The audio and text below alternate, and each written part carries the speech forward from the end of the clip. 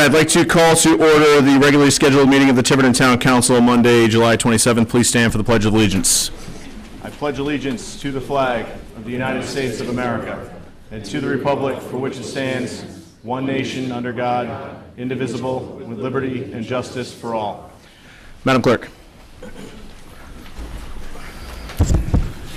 Councilor Janik? Present. Councilor Edwards? Present. Councilor Paul? Present. Councilor Perry? Present. Councilors Comito, Burke, and DeMedeiros are absent. Thank you. And just so everybody knows, Councilor DeMedeiros asked me to share that she had a family emergency this evening. Now, without objection, I'd like to take item 7A out of order.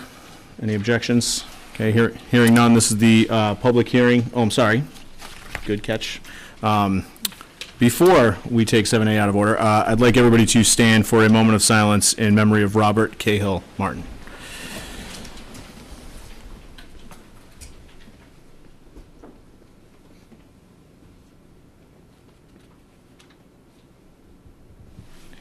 Thank you. Now, without objection, I'll take 7A out of order, which is a public hearing for Shelley Stubbs, approval of a sound variance for wedding at 227 Schooner Drive on September 13th, 2026. Is Miss Stubbs present? All right. Come on up. Your choice. You can sit or stand, whatever your preference is. Wanted to make sure everybody in town knows that you're getting married. And they all came out tonight. I came from New York, so this is quite the journey. Wonderful. We'll get you right in and out. So obviously this is straight up approval of a sound variance. Is any member of the public like to speak on this application as I open up public hearing? Yes, please.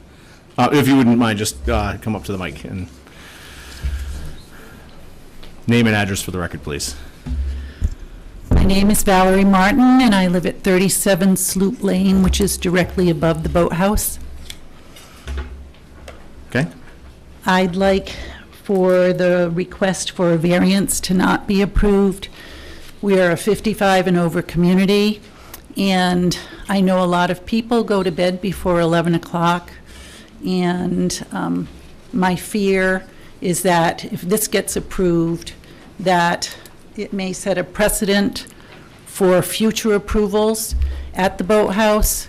They're expanding the footplate, if you will, and I can see that it has greater potential to be a wedding venue, more so than it is now, and I couldn't blame them if that's what they want to do. But for the residents who live there, it will be challenging to go to bed at normal times, which could be anywhere from 9:30, 10:30 for many 55 and over people. Okay. Thank you. Thank you. Ms. Stubbs, I noticed that you are only looking for a variance from 6 to 10 p.m. Is that correct? I think it was till 11. The first bit was for ideally if we can book it in time, because it's a little late at this point, for a string quartet for the first part, and then the latter part would be a DJ, but it would be using the boathouse sound system. So okay, their internal sound system? Yeah, we okay. would just be using the restaurant sound system. Is this inside or outside? It's on their patio, so outside. Patio. Yeah. So technically inside though, because they have the side curtains that drop, yes? Yeah, okay. I mean, yeah. All right, so we'll just continue with the public hearing. Any other members of the public like to speak on this request for a variance? Any other members of the public? Okay, hearing none, I'd like to close the public hearing. Any questions from the council? Councilor Janik. The patio is when you're looking at the restaurant over to the left, correct? Yeah, that's correct. Okay. So the houses would be like to the other side, right, of the building? I'm not super When you familiar come down with the it. street, they're like over to the side. Boathouse is to the left and the houses are to the right. To the right, yeah, correct.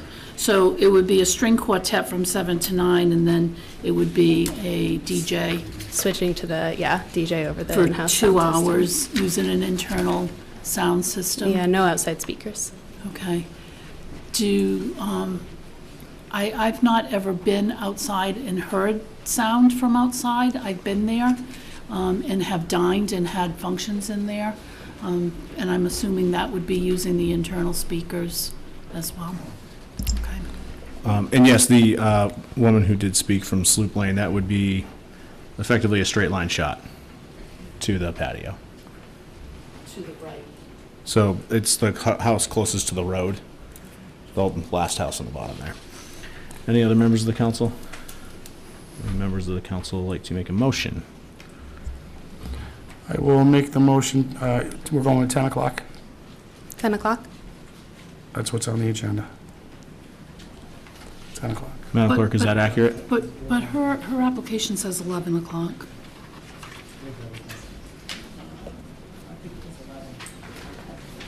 We gotta check the advertisement, because it might have been advertised for 11. The advertisement with control over the agenda. Okay.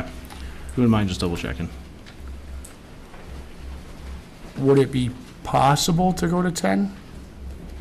Not to ruin your big day, but I would prefer it to go to 11, just because I've already communicated it to everybody, and also we're starting at 7 PM, which is a little later. well, so keep in mind, 11 would be 10 to 11 would be music, that, like the option there. You can still have the event if they want to keep you till 11, I just wouldn't be able to play any music. or within the building sound. Do we know how, how level the sound would be, I have basically? no idea. I've been to events there too, I couldn't tell you. Mr. Solicitor, can you, just for the applicant, articulate the sound ordinance? We still have to comply with the sound ordinance. If there were any complaints, any objectors could call the police and they would take a sound measurement, but just because we could giving this license, they still have to comply with all the sound requirements of our ordinance. All right, so, We just want to wait for the advertisement. I want to just see what it, okay.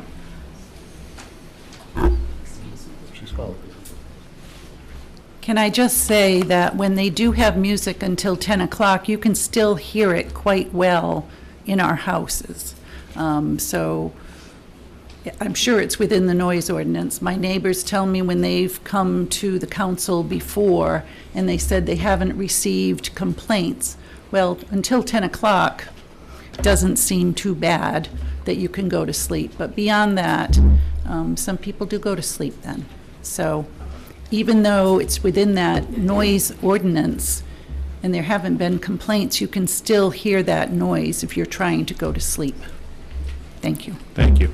And I appreciate that. I mean, I actually was up at the Villages this past week, speaking with a number of the residents, and there were complaints brought up about jake braking on the highway, which used to not be a thing because the bridge itself would have potentially fallen down, but now it's a thing again. So believe it or not, the Villages are actually catching trucks late night jake braking over the highway because they can. So I know we're still waiting for the clerk. Of course, she's got to find the one advertisement that we don't have hands on. the application says 11, but I want to make sure that the advertisement's the most important, yeah. Because that's where we get people here. I feel like we gotta have Jeopardy music or something for this.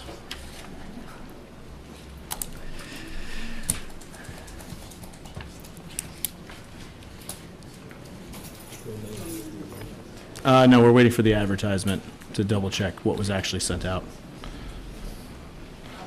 The application clearly says 11, I just want to make sure the advertisement is consistent with the application. Because that's what put people on notice. Yeah.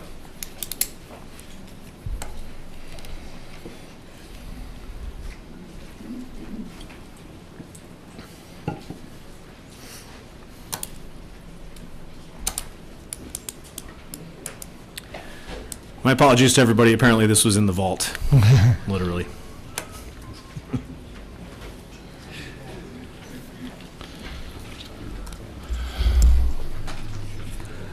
Well, Mr. Solicitor, if it's all right with you, maybe we can just take out of order the, okay. All right, so we're going to put a hold on yours while the clerk locates the advertisement.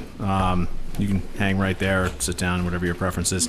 At this time, I guess we'll take the consent agenda. Would any members of the council like to remove anything from the consent agenda as listed? Councilor Janik. 4D1, 4D4. Okay, any other members of the council? 4C2. Any other members of the council?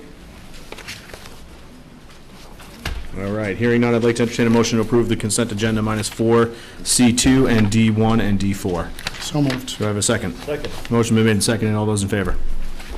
Okay, Counselor Perry, since you're the first in order.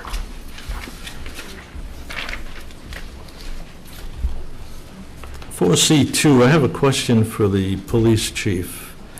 Looking through this, I see on injury duty, on 516, 529, 612, and 616, 96, 96, 72, and 24 hours of injury duty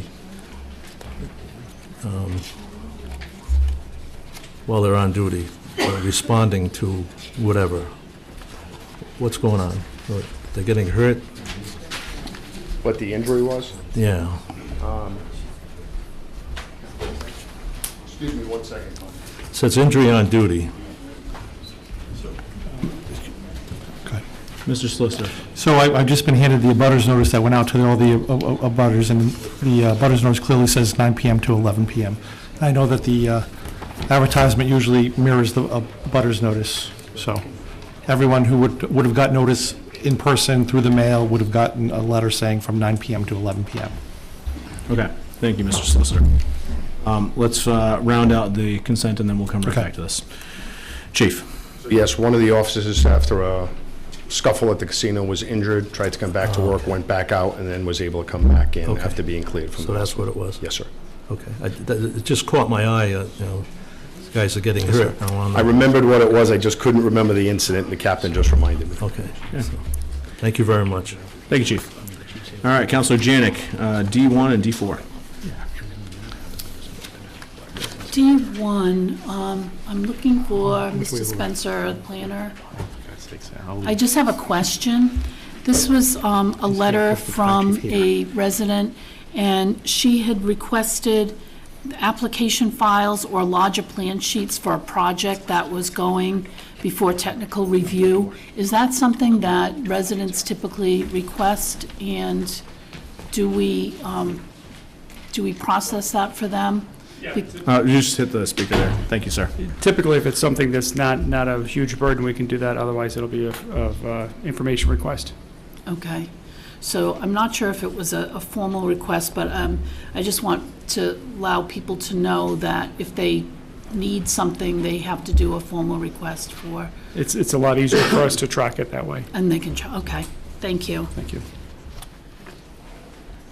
All right, And then my other D4, one- Counselor. D4 is permission to film in Rhode Island, and it's on the consent agenda. Do we need to vote for this? Do we need to give them a permit? So, Council, that's under my and Recreation's purview, but obviously I wanted to put it under correspondence and consent so you were aware, because that's going to take place at Grinnell's Beach. It's going to take place before the next council meeting. So, filming, correct. right, and they already have all the proper permits, all the requirements, but I just wanted to make the council aware. Okay. I didn't know if we needed to vote on it. Thank you. You're welcome. Okay, I'd like to entertain a motion to accept C2, D1, and D4. So moved. Motion's been made by several, seconded by Counselor Perry. All those in favor? All right, so now we're back to the public hearing for Ms. Stubbs for the sound variance. Counselor Paul, I believe you were in the process, sir. Do you know how many abutters that notice went out to? No, it's okay. You know, it's It goes out to- at the believe it's 200 feet from it, so a lot. Obviously, people who live in the condos. And the ordinance is still in effect. If there's Sound any ordinance issues, is always in effect. So I make a motion to approve the sound variance for the wedding at 227 Schooner on September 13th, 2026, from 6 PM to 11 PM as advertised, with hopefully some type of, try to keep it down when it gets later. Be respectful. I'll second that for discussion. Counselor Perry. We seem to have a lot of weddings that go on at the boathouse, and I think there's a need to have a discussion with the representatives from the boathouse. And maybe we can, when they're booking these weddings, they can tell these people to try to keep it down to 10 o'clock instead of booking them until 11 o'clock. Maybe we can have that discussion with them. To keep the venues, instead of 6 to 11, maybe cut it down to 10 o'clock. So we can get it in advance, and them not have to come here, and we try to talk them down to a 10 o'clock engagement instead of 11 o'clock engagement. I would also add that it's been in front of this body, and again, this is not in any way, shape, or form your fault. But it's been in front of this body numerous times over the years, whether it be at the boathouse or whether it be at events at a certain facility in the industrial park, that it really should be the facility that's asking for the variance and not the person who's trying to put on the event.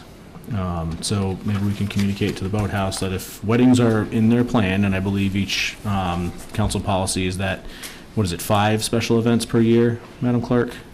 No. It's, okay.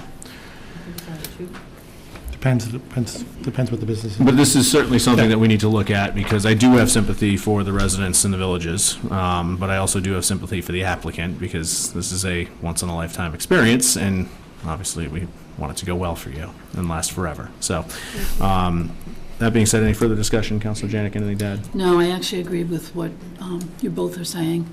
I think we need to look at it further. Okay. So with that, all those in favor? Okay, unopposed. Congratulations in advance. Thank you. We'll see you later. All right, now let's move on to public comments. Thank you. Good luck. Madam Clerk, do you have the public comment sign-up sheet by chance? You're going to do public comment before DM.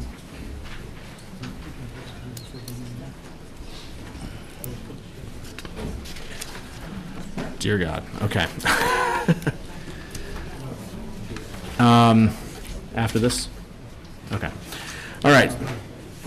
Do DEM first. Okay, all right. So I do notice that on here, there are a number of people who have public comments related to water contamination. We are lucky enough to have representatives from the Rhode Island DEM in the House to speak to us originally for the Chase Marina property, but I'm sure they'll be prepared to talk a little bit about what's going on with the water contamination. And so without objection, I'd like to take 8A out of order, and then we'll hopefully answer some questions for those who have comments about the water contamination in town. Any objection? No? Okay. Mr. Director. All right. Thank you. Trying to be as efficient with everyone's time as possible here.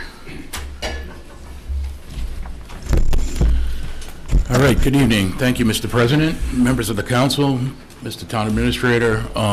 Thank you for the opportunity to come by this evening. Originally, we had set this up to really kind of talk about the Chase Marina project, which is something that we're very excited about, and we think can be configured to be a win-win for both the state and the town when it comes together. We've done a lot of groundwork. We've been working with the Harbor Commission. We've been working with the Planning Commission. We've tried to address a lot of comments that have come up. Deputy Director Jason McNamee will walk through a quick presentation on this and talk a little bit about Chase. And then once we finish with that, I can give you kind of a high-level discussion on the groundwater contamination that we found in the town. But really, I'm going to have to defer a lot of the specific discussions, because I'm sure a lot of your residents have very targeted questions about how it impacts their individual properties and individual homes, to a public meeting that we're going to be setting up between not only my team at DEM, but the health department as well. Yeah. And that'll be set up in the very near future. It'll be in a way that will allow interaction with all the people that have questions and want to get more into the specific details of exactly what we're experiencing down here. Yeah. Thank you, Mr. Director. And if time would allow, obviously we're going to do public comments immediately following this. If you would be so generous with your time as to stick around and just hear some of the questions, maybe we can get some answers out to those specific residents following this meeting. I can definitely stick around and listen to the questions. I'm not sure I have all the answers. I think a lot of those are really with my technical team on that, and with the health department technical team.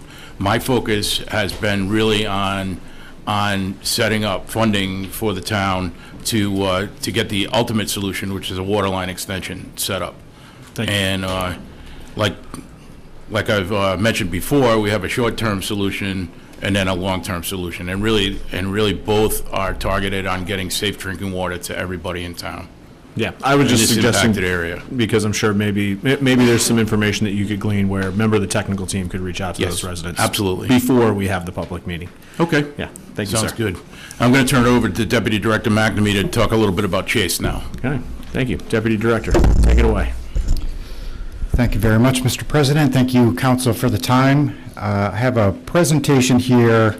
I hope this works. Hey, it worked. Hey, go Once in a- technology. Once in a while. You can thank the town administrator. He took care of all that for us.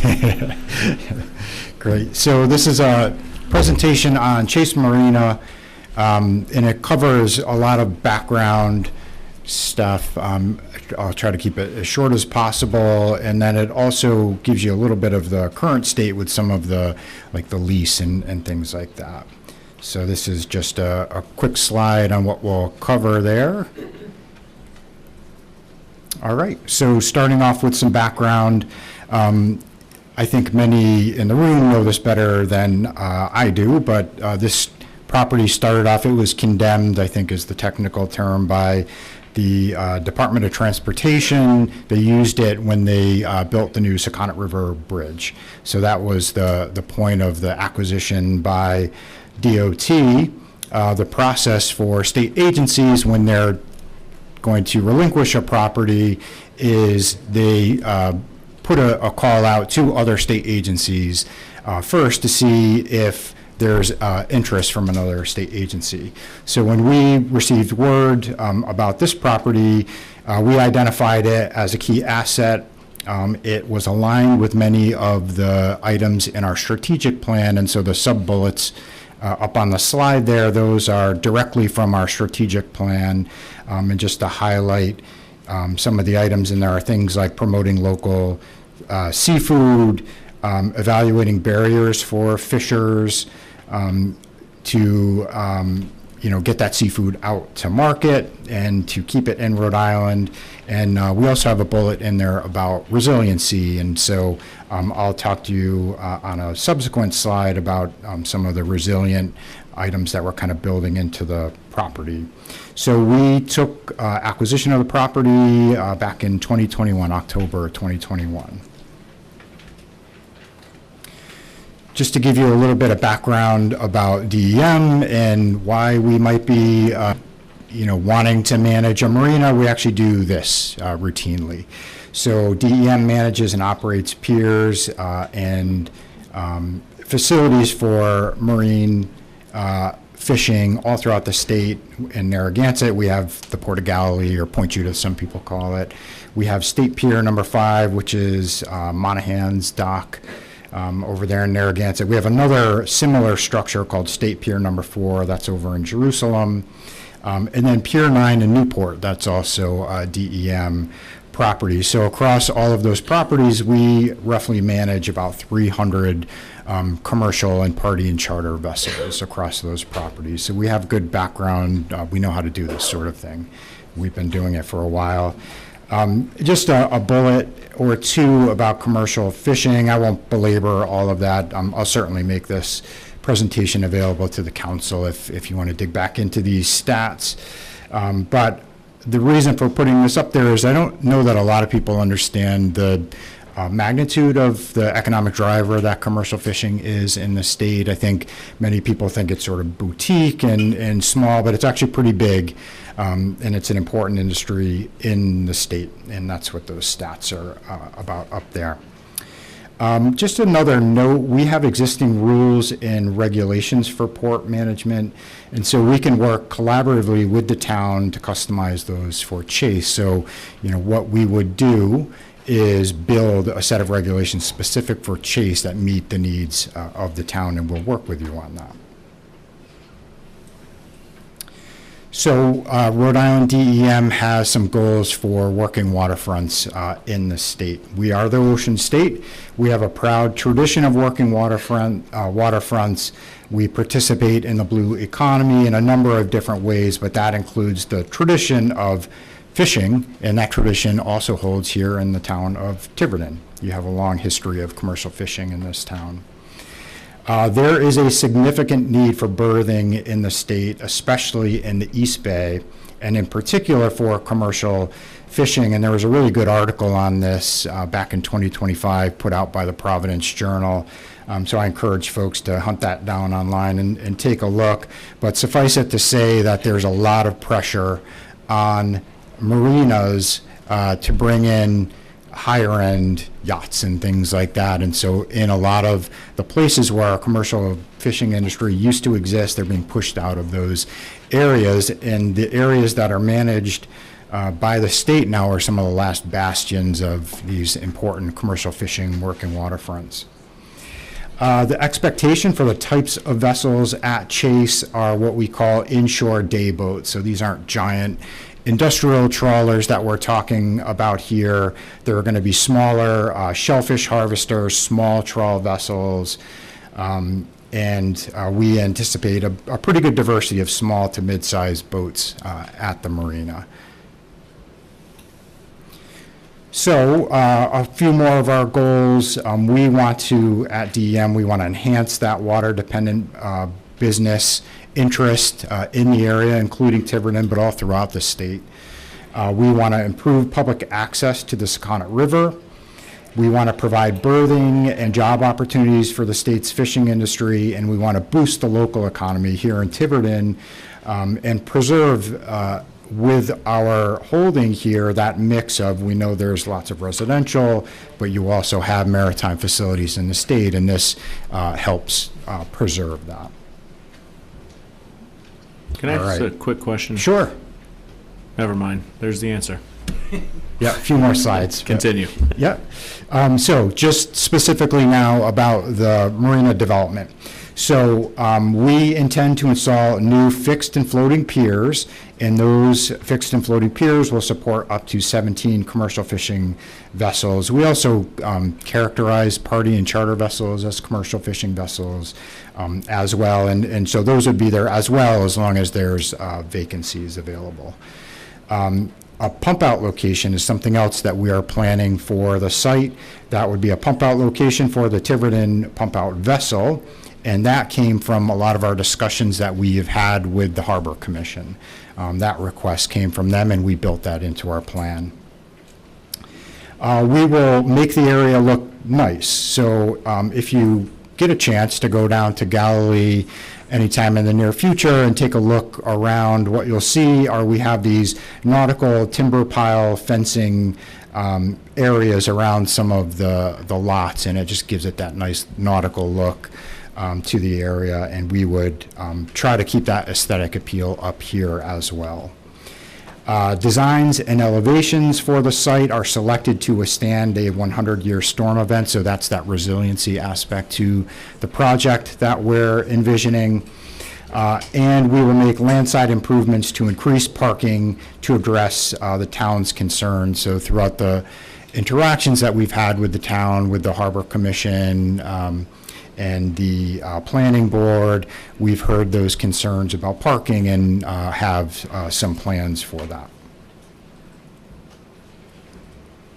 A little bit about the current status of that marina, and sorry, I should have mentioned this, but I've split this up into two sections. So marina, I'm talking about the actual marina, so the water side structures, and then I've got a couple slides on the building. So I'm keeping them separate to keep things tractable here. So on the marina development, the timeline, construction for what I just mentioned is estimated to take about 9 to 12 months. So once we start, we're looking at roughly a year to get that into fighting shape there. The cost is right around $2 to $4 million. We have a couple of our permits that are needed. CRMC, that assent was granted. It was a 5 out of 5 vote on that. And the Tiverton Harbor Commission provided a letter of support for that hearing. We also have an approved Army Corps of Engineers permit as well, and both of the permit numbers are on there in case somebody wanted to look them up. And so our next steps with respect to the marina is to finalize an EDA application. I'll talk more about that in a minute, and including defining what EDA is, which I can't remember off the top of my head. But we're doing an EDA application, and then we'll do an RFP for construction once we have that funding kind of locked up. Parking, we know that's been an important topic, so we wanted to hit on that. There are 18 parking spots for marina berth holders. So this is specifically, if you look up at the picture, I don't know if I can get my cursor up there or not, but this is the area that is already on the property. That's kind of, I think it used to be a parking area. That's what we're talking about there. So that's 18 parking spots for the marina and berth holders.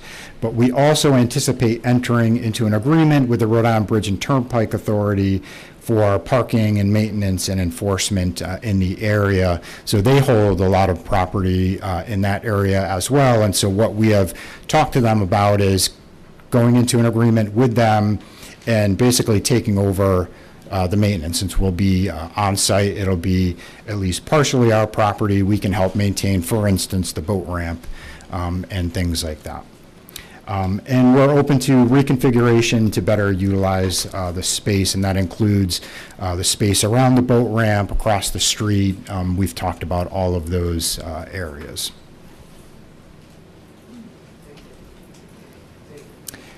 Just a quick note on the EDA funding. So that's the Economic Development Administration. I was going to mix up those words, so that's the correct acronym there. So we are seeking investment from the EDA for a marina and facility development, so for both the marina and the building. This will be for finfish and shellfish harvesters, aquaculturists, retail, restaurant, all of those types of things that we're talking about for this property are fair game for that EDA grant. The proposal focuses on job creation, economic growth and stability, workforce development, and food security. So that's kind of the focus of the application that we're putting in, and there's a final bullet there about our eligibility, which we think is pretty good for this grant. We've been working on that application for a little while now. Okay, so now moving from the marina to the building, and we'll give you a little background on the lease. So first, to start off, I'll give you a little bit of the history. We started off back in 2022 with an RFI, that's a request for information. So this is just putting the property out and asking for ideas of what people might like to see done with the property or uses they might have for it. We got 20 responses from that RFI. So from that RFI, we took the information that we received and cobbled it into then an RFP. That was issued in 2025.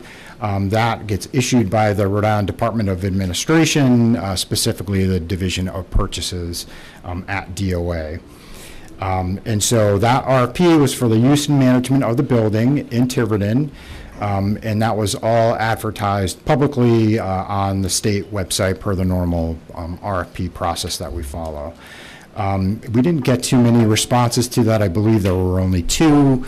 Of the 2, the Dune brothers received the highest score. For folks who aren't familiar, they run a food truck is how they started actually, but they have a restaurant facility as well, and they do seafood, kind of ocean to plate type of a setup for them. The Tiverton Harbor Commission reviewed the proposals, and they supported the Dune Brothers application as the selected vendor. So my point of continuing to bring up the Harbor Commission is we were in close communication with them. That was the advice of the previous town administrator, not Mr. Jones, but his predecessor.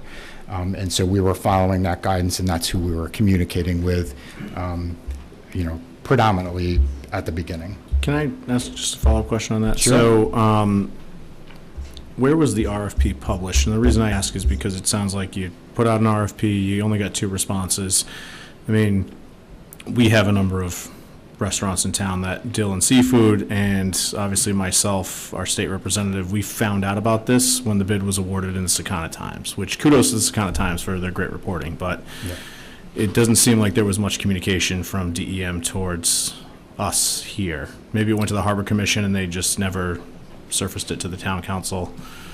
I'm just a little curious on that. Yeah, no, process. it's a good question. So the process is pretty rigid for a state entity to put these RFPs out, and we don't actually even issue it. We give the information, we put it together, but then it's the Department of Administration that issues it.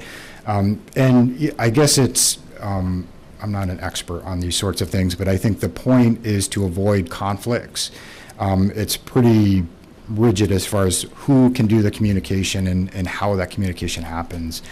So, we followed the process, and a lot of that process isn't actually even done by us.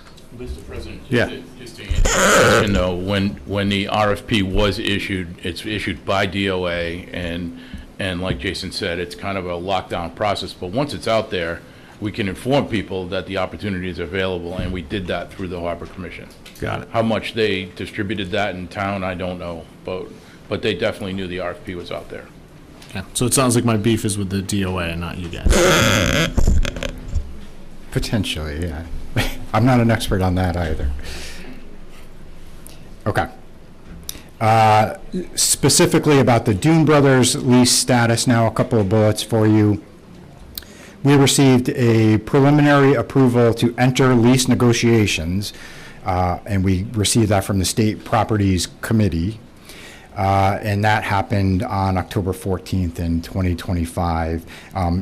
Just to boil that down, that's not the lease itself, that's just the State Properties Committee telling us that we can move forward with working with the chosen vendor to start to put the lease together and the parameters of the lease. The SPC, it's a public body, it's administered by DOA. Again, they review and approve all leases, license agreements, acquisitions, and conveyances of state property. So that's a normal part of the process that we undertake. We're there quite frequently in front of that committee.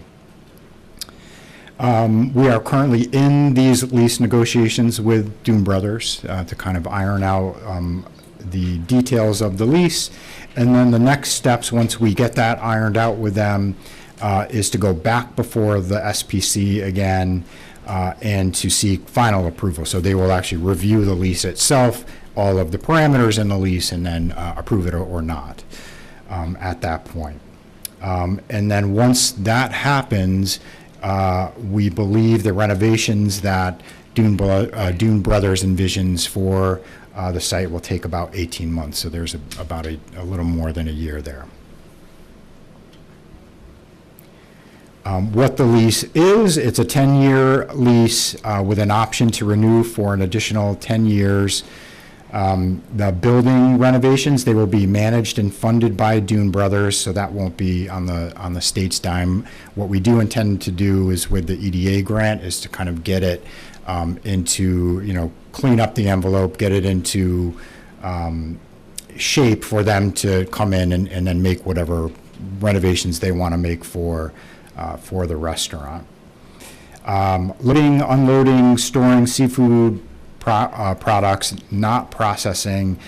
This is a term that's come up and has rankled some folks, and it's just parlance that we use. I've worked in marine fisheries for 25 years that I've been at DEM, and we basically refer to seafood dealers. We just call them processors because some of them do process, but that's not what we're talking about here. So it's all we're looking at this facility is to facilitate offloading from fishing boats and to upgrade some existing walk-in cooler and freezer. They want to add an ice machine so that the boats can get some ice on site. That's an important infrastructure for commercial fishing. It's one of the reasons why Galilee is so important because they have ice-producing facilities down there. And then storage for fish boxes. For the types of equipment, it's not a big, not a big facility, so forklifts and electric pallet jacks and not many of those. That's all you'll see on the site for on-site equipment. They intend to have a retail seafood market On-site, very small, think of something like Champlin's down in Galilee, where they have just a window with some iced fish that people can buy. And then the main event for the site will be the restaurant. They believe they can seat 45 to 50 guests indoors with an additional 30 patio seats. We will exclude a small section for operation of the marina and its regulation, monitoring, security. It may include a part-time DEM coastal resources employee to manage the slips and possibly a substation for an environmental police officer. So that was another thing that had caught folks' attention is I think folks are envisioning like a big state office. It's just a spot where somebody could come in, plug a laptop in. You know, we need to be on site because we're managing the marina, and we may want to conduct a few items while on site, but we're not looking at a big state office on the site. So that is all I have for you tonight. Happy to field any questions that anyone might have. Members of the council? Councilor Janik? Are these for commercial boats only or private boats? Yep, this will be specific to commercial boats, keeping in mind we consider party and charter boats. So those are people that take recreational fishers out, but they're a commercial business. They get paid to do that. Right, but not our private boats. Correct. Home, the boat owners in Tiverton on the Harbor Commission who talk to you, not their boats. Correct. Okay. So I am very concerned about parking in that area. Mm-hmm. You're talking about 80 potential seats inside and outside. It's a very narrow road. There's not a lot of parking there. The Tiverton Yacht Club is, when they're in full swing in the summer, it's really tight.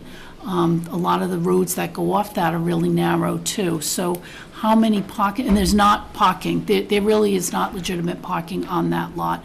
I went down and took pictures, I believe in February. So we're not talking a lot of people. The yacht club didn't have people out, and there was snow. There wasn't a lot of parking available. So how many parking spaces do you anticipate, like kind of off-site in these parking lots that you have? Yep. So we think with the property that the Bridge and Turnpike Authority has, I agree with you, like the piece of property that DEM will own has the 18 spaces, and that's basically it. So that's why we had to look to partner with the Bridge and Turnpike Authority for the rest of it. An exact number I don't have for you right now. We've been working with them. We've got the lot across the street, and then they have a bunch of other property in town in that area that they're willing to allow us to convert into parking. So we will do that design to make sure we have adequate parking.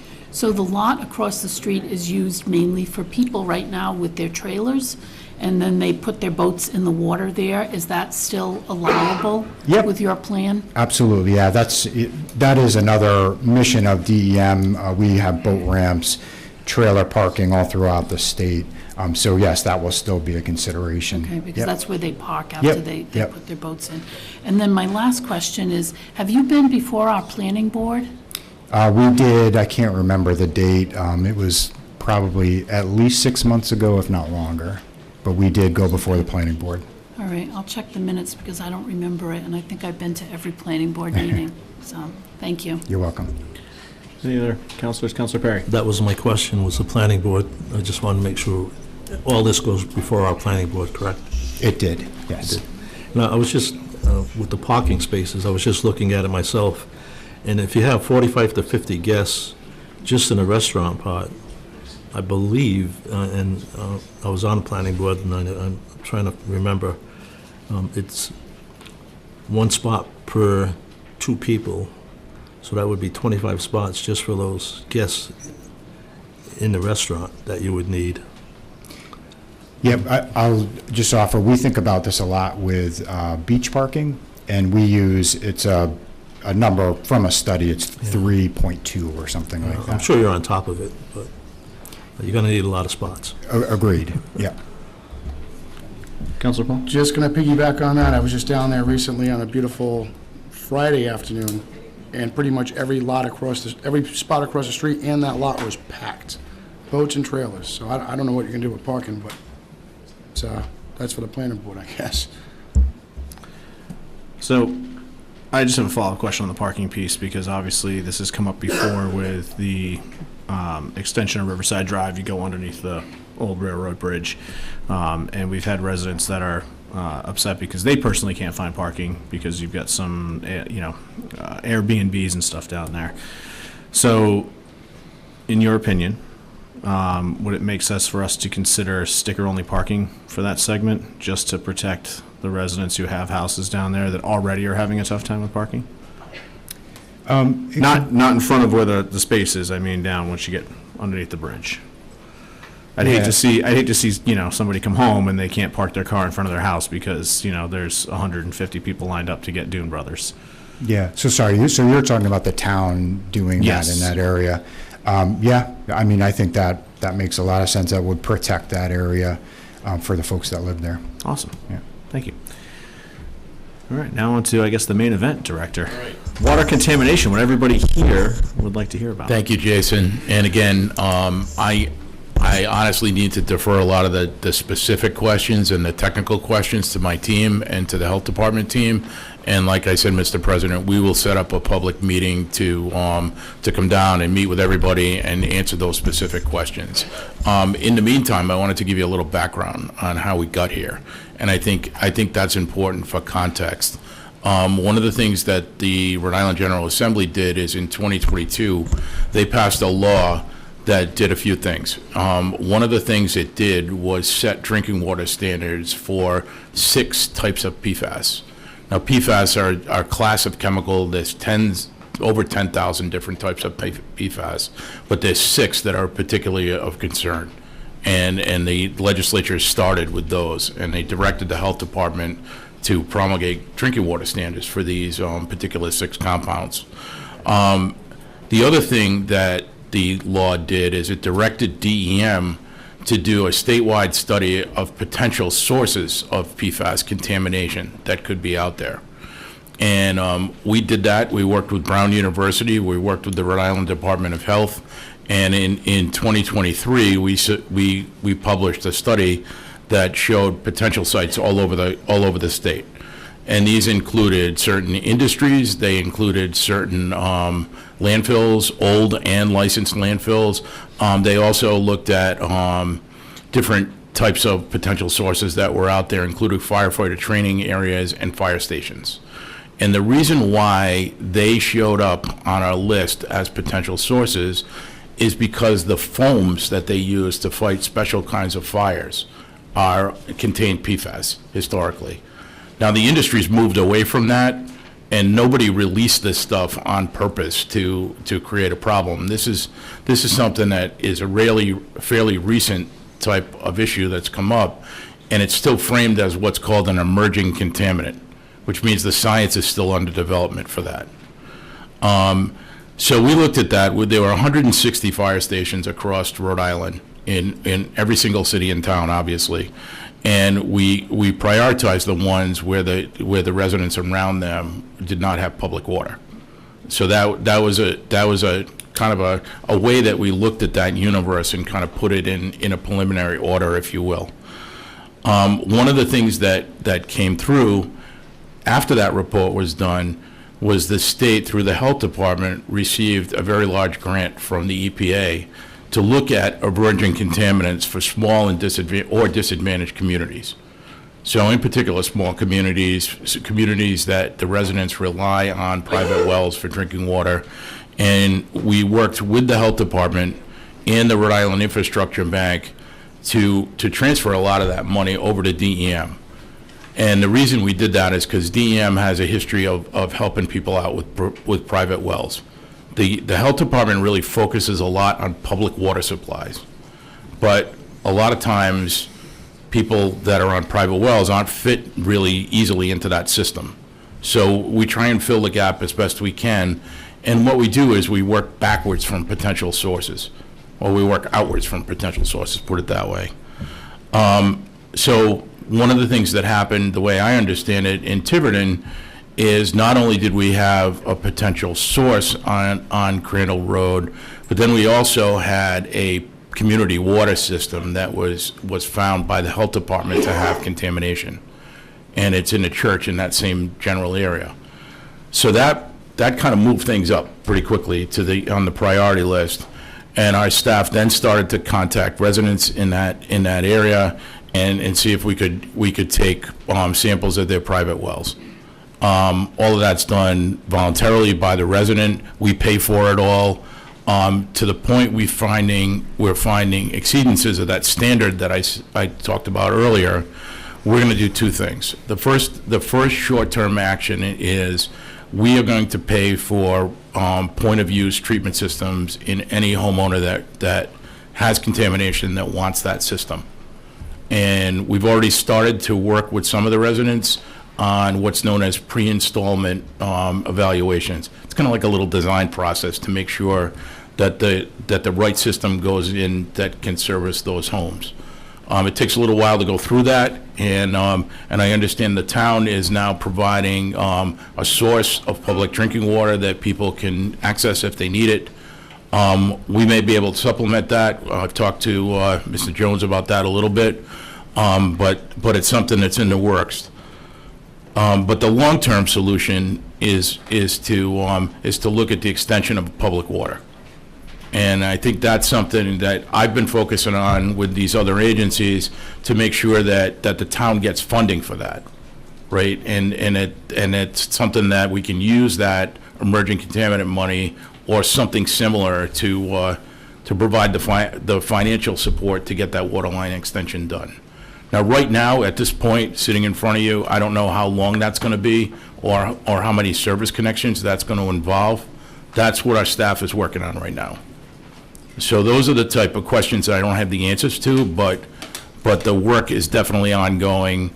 And our number one goal is the same as yours, which is to get everybody in town on safe public water that's been impacted by this. So, Mr. Director, quick question on that, because you mentioned getting dollars for the town, but obviously water in our town is provided by 2 fire districts. So I'm assuming the dollars would flow to them. They would handle the construction, build out, connections, all of that? Yep. Okay. Yep. And we would I just want to make sure there's no expectation, because obviously the town is not involved. No. There's no expectation that the town pays for any of this. All right. I want to be very clear about that. That's something that we will work on with the water districts. We appreciate your help facilitating those discussions. I'd be happy to. We had a very similar situation in the Oakland neighborhood up in Burrville, and they're the same boat, right? They have the town government and they have different water districts, but the town was very helpful in terms of just facilitating those conversations and helping us get through that.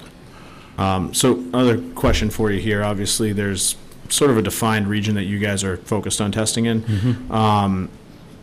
Not that I frequent Facebook for news information, but I did notice on Facebook there are residents that are outside of that area that have had water quality tests done that have found the same stuff. Like, we're talking miles away from this site. So, is it recommended that everybody who sits on well water get an up-to-date test? And is there a greater risk if a well is shallow versus deep? And yeah, that's an excellent question. And I think there's a couple of things to unpack there, first of all.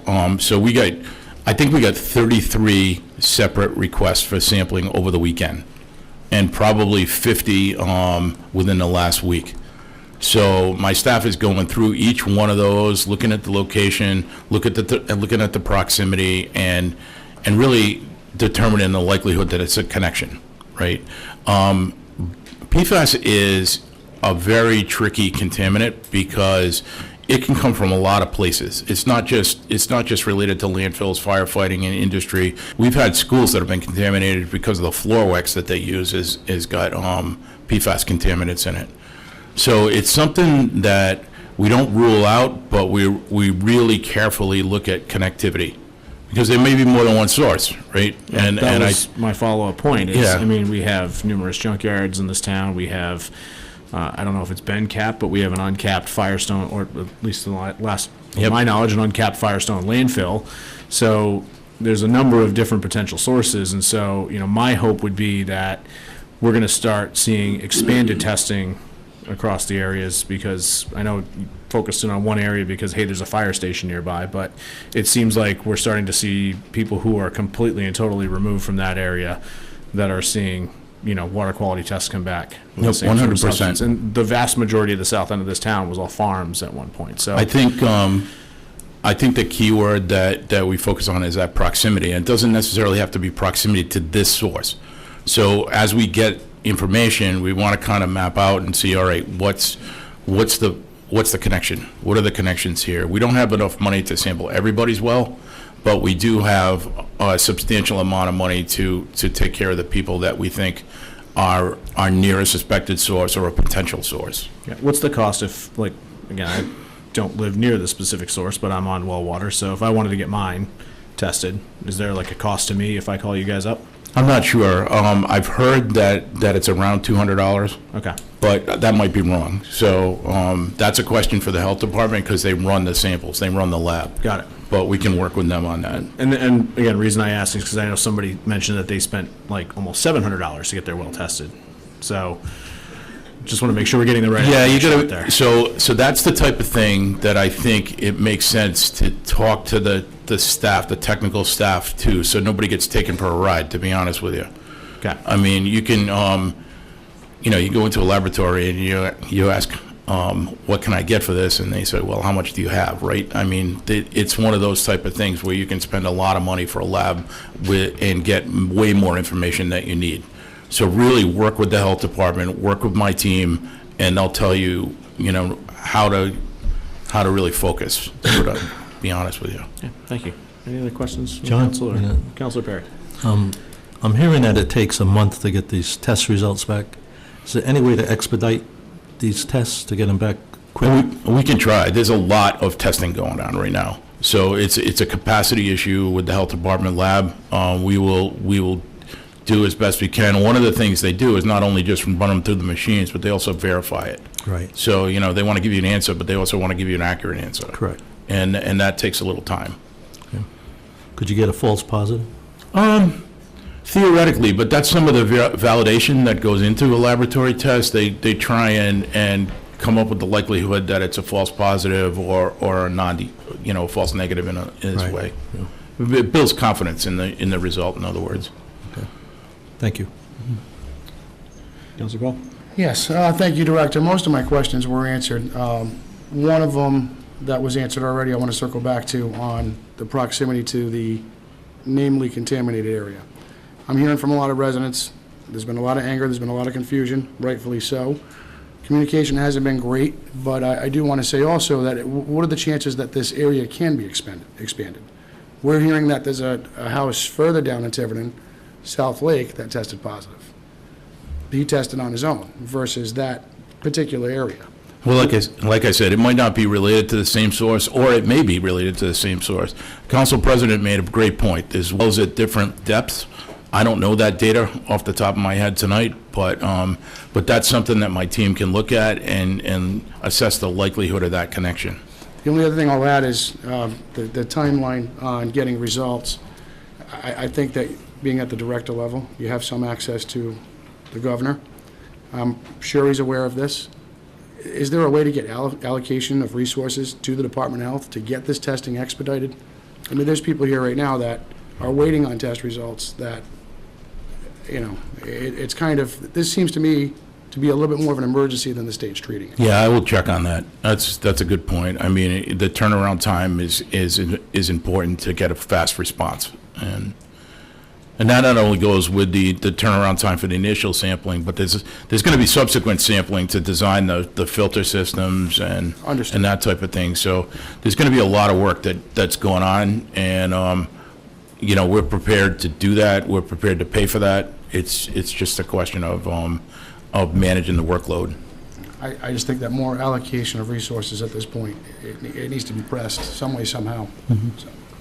So, Mr. Director, and I'm sure Councilor Janik, you have something to say, or questions to ask.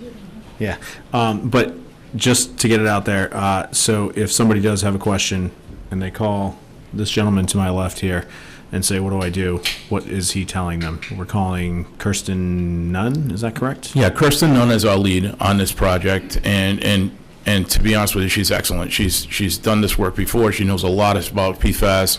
She works for Nick Nunes, who is also our state expert in PFAS issues. Nick was the key point person on the Burrillville response, so this is not his first situation that he's been involved with. I think you start with those two. They're on the point, right? But Pat, you know how to get in touch with me as well, so that's important. Thank you, Director. And I know you and your team have been responsive, and just, again, not to put you on the spot, Director, but I know a lot of people in the room have also made allegations against the town, that we've known about this for months.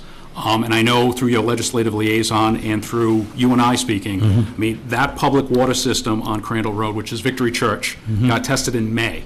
Right. And with that timeline of several weeks to a month, that brought us into June. And then that's when your team started expanding out and asking those residents. Because it was the residents who approached us to ask us, you know, to tell us that you guys were in town, is what's going on. And then we had that first meeting, it was July 1st. And then since July 1st, I've spoken to members of your team weekly, if not daily. And I think that's also a credit to the response from the residents, who are now, in a good way, inundating your office with requests so we can get this public, so we can get their tests. And also, so we can get them on that first phase that you described, that water filtration system. And I know during our last meeting with the council and to the public, you know, our building department's working with your installers so we can expedite all the building permits. So there's no red tape, so to speak. You know, we obviously want to do things right and check all the boxes. But if you designate a resident who's impacted and your contract goes out there to install it, we can get that installed as soon as possible.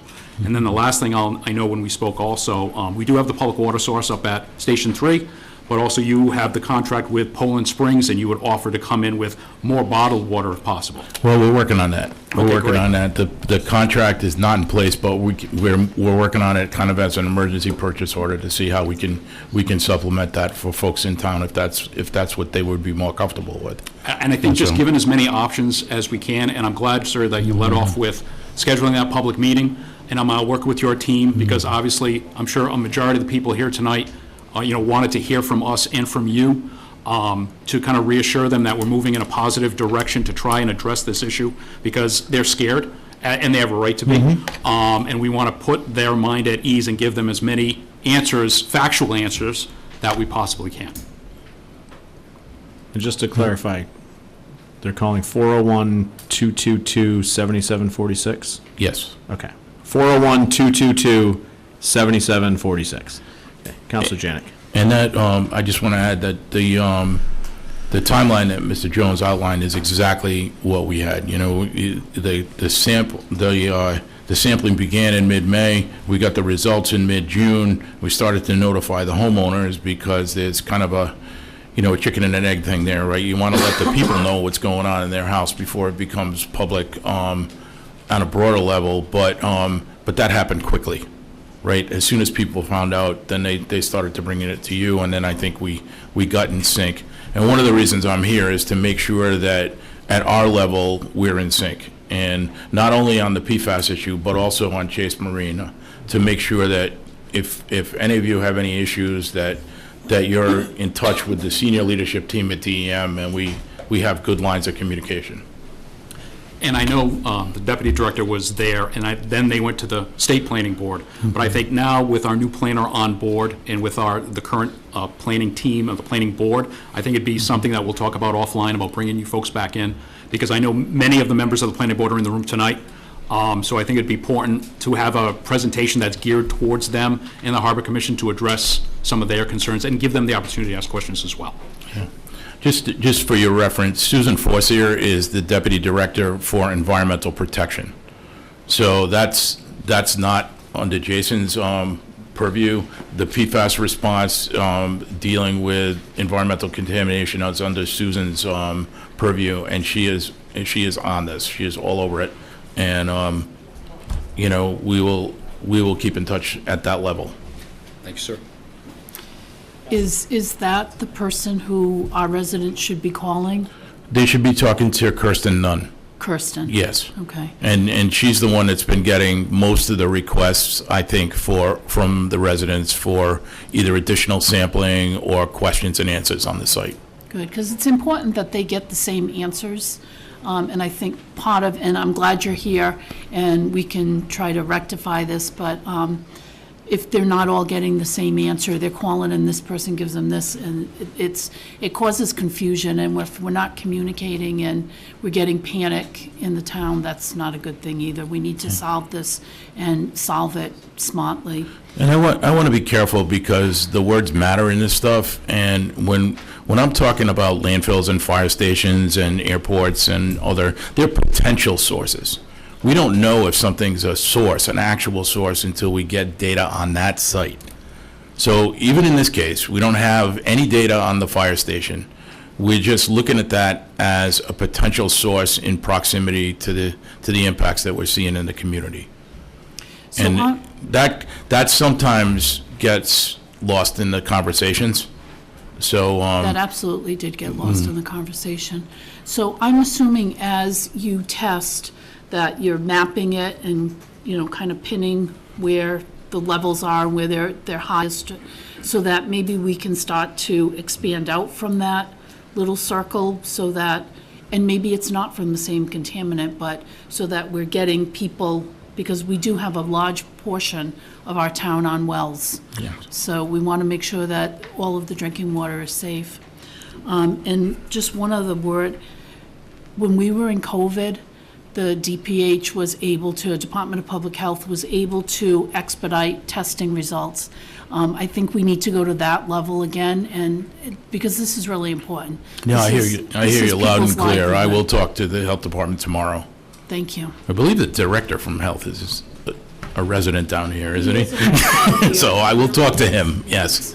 too. All right. If not, he's gonna get some well water. So Any other questions for the director and deputy director?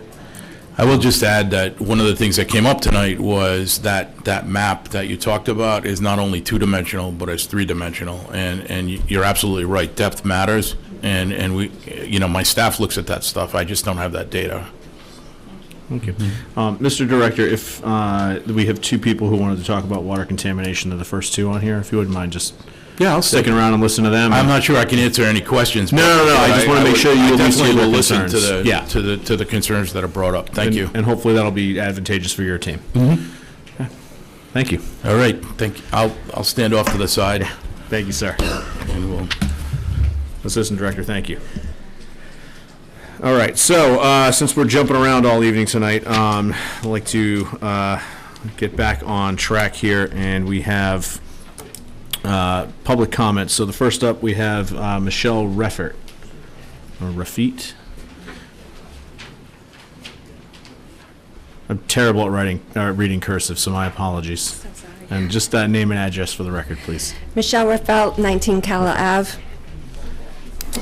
So I'm just going to give you a little history on my situation in town. In 1990, my first husband and I were looking for our first house so that we could begin our life together. We decided to purchase our house on Calla Avenue, which we renovated and made into our forever home. Welcomed our first child in 93 and our second in 96. We were young, life was busy, we were very involved with our children's lives, sports, dance classes, scouts, hosting parties, watching the kids develop friendships that would last years. My daughter was the very best friend of Megan Cadero. I believe most, if not all of you know of the Cadero family and their story. The day we were told of Megan's diagnosis will be one we'll never forget. The fear, the devastation, anger, hope that she would win her battle all rolled into one. A couple of short months later, my family received their own horrendous news. My 37-year-old husband was diagnosed with cancer, which originated in his liver. We spent many hours at Rhode Island Hospital where he received treatments for his cancer, and many times I would bring my daughter with us to the hospital and walk her over to Megan's hospital room to spend the day with her while her father was getting chemotherapy. Neither of them won their battle. My husband died less than a year from diagnosis, and Megan died a short 3 months later. 18 years have passed since that traumatic time in our lives, And neither one of them have been far from our thoughts, memories, the heartache at the milestones in life that they have missed out on, graduations, successes in life, marriages, the birth of children, all missed. When I received the letter from DEM, in April is when I received my letter, they were asking for permission to come to our house and take a water sample. I immediately filled out the paperwork because I live right next to an old gas station on Crandall Road. So I thought maybe an underground tank leaked. I have no idea what it could possibly be, but I was going to sign up for the testing. There was no reason not to. It was no cost to me. I didn't have to be home. They just needed my permission. Granted. They took the sample on May 26th. Honestly, I forgot all about it. It had been weeks, and I just forgot that they came and took the sample, and I received a voicemail from Kirsten asking me to call her as soon as possible.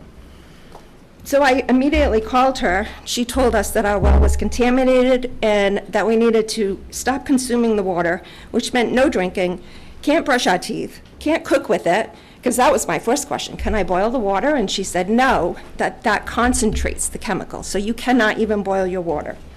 No consumption at all. I asked if the contamination was from the gas station, and she said no, the fire station. So I was numb. I immediately started going down the Google wormhole to find out what the health effects of PFAS were. Imagine my shock. One of the main cancers is cancer of the liver. Now, I don't know if PFAS in my water could have caused my late husband's cancer. However, that I started connecting dots. Of the 5 houses on my street, 4 have had a death from cancer. What are the odds? I don't know. I mean, I don't know if there's a connection, but I started thinking about all of the time Megan spent at my house. Could it have been my water? Another health effect, digestive issues. Both of my kids have digestive issues. Thyroid issue right here. According to Kirsten at DEM, the fire station stopped using PFAS foam in 2010. My husband died in 2008. So he would go to Rhode Island Hospital and spend the entire day getting treated for cancer and come home and drink the water. That's what's going through my head. It's mind-blowing, and it's just unacceptable. And while I was processing this information, I had hoped, I thought, I expected that I would have heard from the town. That I would have heard that the town was reaching out to the residents. Kirsten told me the town was notified the week of June 16th. That's when I was told. That's what I was told, and others were told. I thought for sure I would hear something. Some kind of offer to come to town hall and get some bottled water, some kind of support. Not a word. I kept checking the town website, nothing. No emergency alert about well contamination and making sure you get tested. There was an emergency alert that came through at one point, and I thought, finally. No, it was a boil water alert for those with town water. My first thought was, what about us? We can't boil our water. We saw a couple of neighbors and asked if they had their results yet. They received the letter but forgot about it. Didn't have their water tested. Maybe if the town had sent out some sort of notice, a letter to the residents, emergency alert, notifying people to get tested if you're in the Crandall Road area, people would have realized the importance of having their water tested. The more time that passed, the angrier I became. How could the town just ignore this issue? How could the town not be supportive of its residents, its taxpayers? There was a Facebook post on Tiverton Happenings that said Channel 12 was interviewing a resident with a contaminated well. That very day, the town issued the press release. Was it because they needed to, because they now knew the media had been alerted? There should have been community meetings set up, which I now know that is in process. Should have had some preliminary plans, some community support, something. I guarantee you, you will have volunteers from those of us that are affected. I started a Facebook page for those of us with contaminated wells because of the insensitive comments that I was seeing on Facebook. I was asked by a counselor. He told me that he had searched for my group, and I said no town council members are going to be admitted to my page. It's more of a support group for us. It's a virtual support group where we can share information. Test results are in. Our water treatment system is in. Mine has been installed. It was installed on Thursday. But you know what? I'm still afraid to drink the water. I don't know if it's working. They took a sample. I don't know when the test result will come to say my water is good to drink. I'm scared.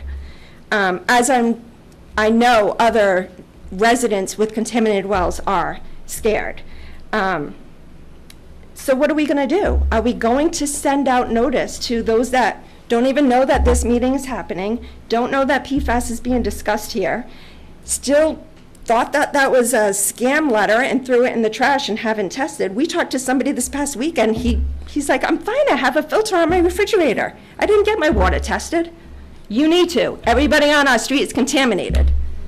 You don't know how the water flows underground. The whole town should be tested. And I know you're looking into that aspect. But people are just concerned about, we're told we can shower, we're told we can wash our dishes, but can we really? Can we really shower in this water? There are a lot of concerns right now, and I think we just need to get the group together, those that are affected by this, and appease, give us some support, give us some feel-good information that is going to help us get through this. I just think that we need to do better. We need to do better for the residents and show us that you care about us. That's all. I just want to see if you can get the alerts out to people. I'm concerned about our residents that haven't even taken that step to get tested and aren't aware that it's important. So, thank you. Thank you.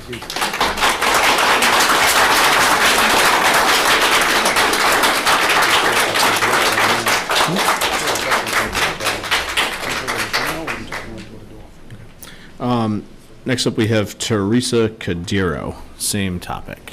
Ms. Cadiro.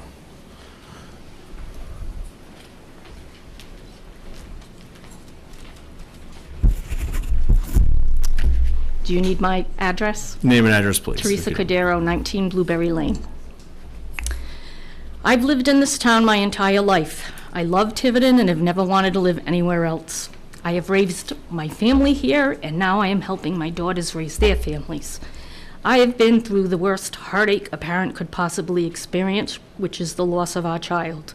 My town stood by my family 100% during her illness, her passing, and our continued fundraising for her Memorial Foundation.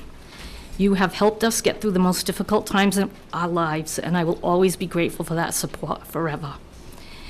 One of the first questions the oncologist asked when Megan was diagnosed was if she had been around any type of toxins, carcinogens, bad stuff like that. You see, AML isn't a common childhood leukemia. Of course, we said no. We live in a safe, clean town called Tiverton. So when I found out that Megan's very best friend's well was contaminated, let's just say my family isn't in a very good place right now. I immediately contacted DEM and was told that I was out of the testing area. We then took it upon ourselves to have our well tested, and almost 3 weeks later were notified by DEM of our results. A huge weight was lifted when our results came back showing no PFAS. After all, I've been feeding that well water to my 4 grandchildren daily for the last 4 years. I first contacted DEM on June 15th and was told during that phone call that DEM was contacting the town as soon as my phone call was over with Kristen.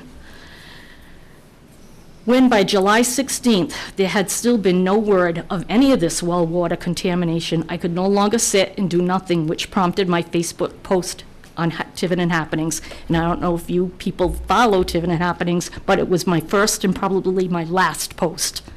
It's not someplace I enjoy being on.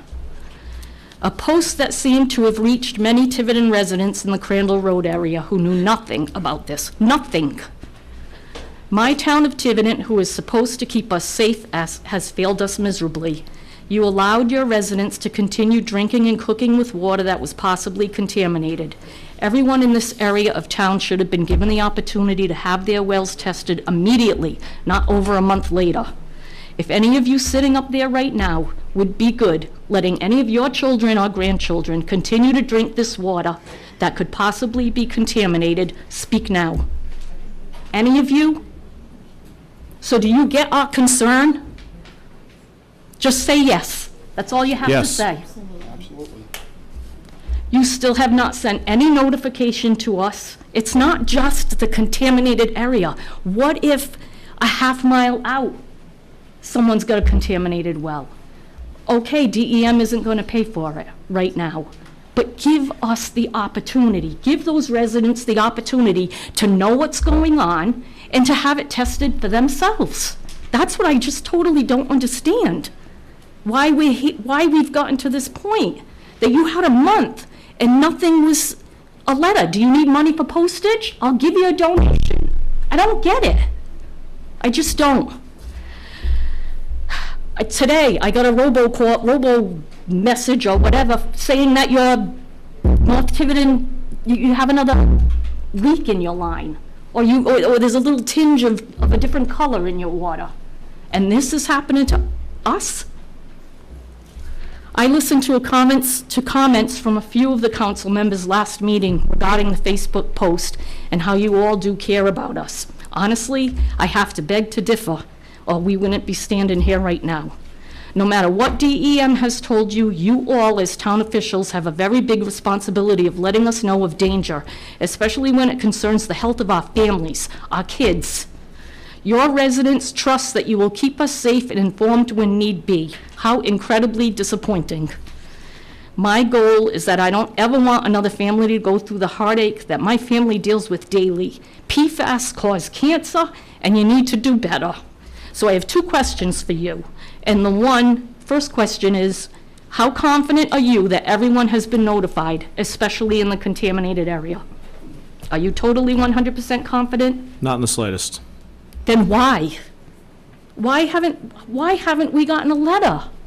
Put a letter in the mail. Send it to that whole end of town. No answer? Why hasn't that been done? The elderly are on Facebook. The elderly are on computers. My parents didn't know this was going on. I don't get it. Absolutely no excuse, none. And how much longer are we going to wait to send at least a letter to the residents that are further out on Crandall Road so they can make their own decision as to whether or not they want to have their well tested? And it is $200. I don't know if you were talking about how I said it was $695. We had our whole, we did like a 10-year thing. We added a bunch of things in that. The PFAS test is $200. There are some people that can't afford that. So I just think, just take care of your residents, show us that you care, and the contamination isn't their fault. And that's that. Thank you.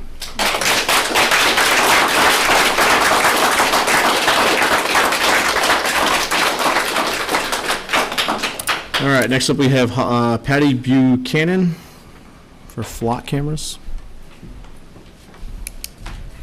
Well, we're jumping topic. Yes, we are.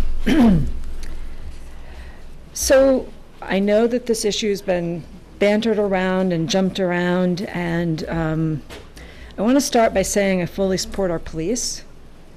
Last time we had a meeting, there was a comment about, well, do you want crimes taken care of, or do you want to give up your freedoms?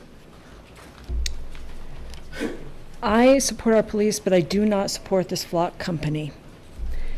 And I brought in examples of 5 different locations since the last meeting that have severed their contract with Flock in particular. The one statement was, Flock safety has been under particular scrutiny due to their lack of transparency, data ownership, data sharing policies, and cybersecurity vulnerabilities. So my issue is that we as citizens are not protected. I know we had a lovely conversation with the chief after the last meeting, and he said, yes, but the data's deleted every 30 days. But our town is not in charge of that. Flock is. You guys have no control over them actually doing what they say they're committed to doing. Evidence shows that they're not deleting data appropriately. So we have LA, We have the city of Newport, Kentucky. We have Salem, Massachusetts. Those are three of the companies that are severing their relationship with Flock because of data concerns. A number of agencies said it's a great service to our town to help us fight crime, which I don't disagree with, but they can't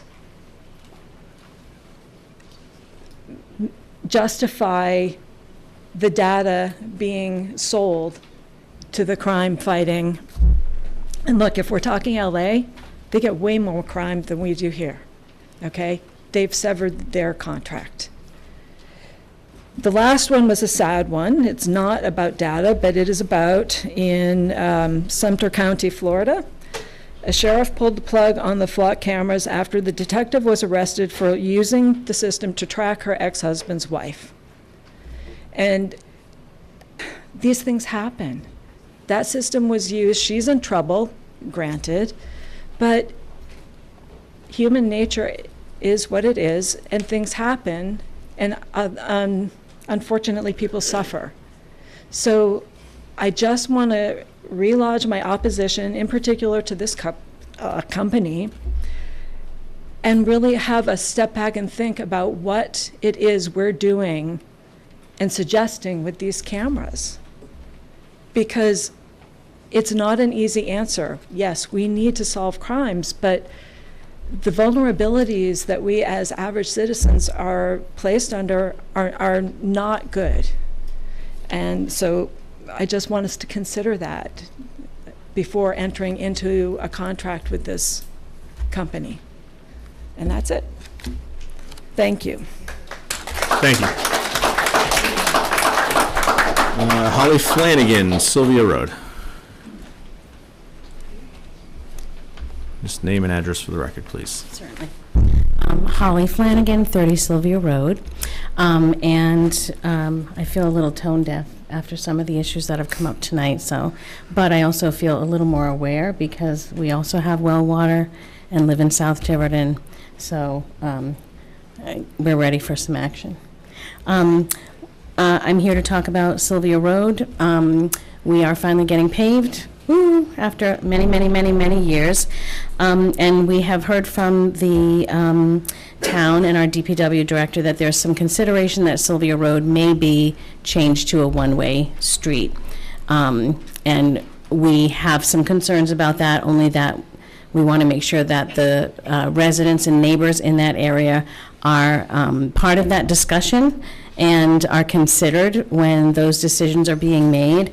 And I understand that, it's a concern for emergency vehicles. Sylvia Road, a very narrow through street between Stone Church Road and East Road. We've never had an issue getting emergency vehicles up and down that street, people passing on that street, and they are trying to make it a little bit wider, which you still have to pull over for someone to pass, but that's okay. If there are concerns about safety on Sylvia Road, it really has to do with the exit onto East Road. It is an exceptionally dangerous spot, and I've lived there on and off for 56 years. My mother has been there for many years more. It's okay, Mommy. And the biggest issue has to do with that, leaving on that end of the street. What we would like to be seen, and I understand there's going to be a traffic study as part of this consideration, but we have been asking for years for there to be a no left turn out of that end of the street. So the East Road egress, when you go to Sylvia to East Road, which is now E Road for some reason, I don't know why. I guess we can't afford the AST on the East Road.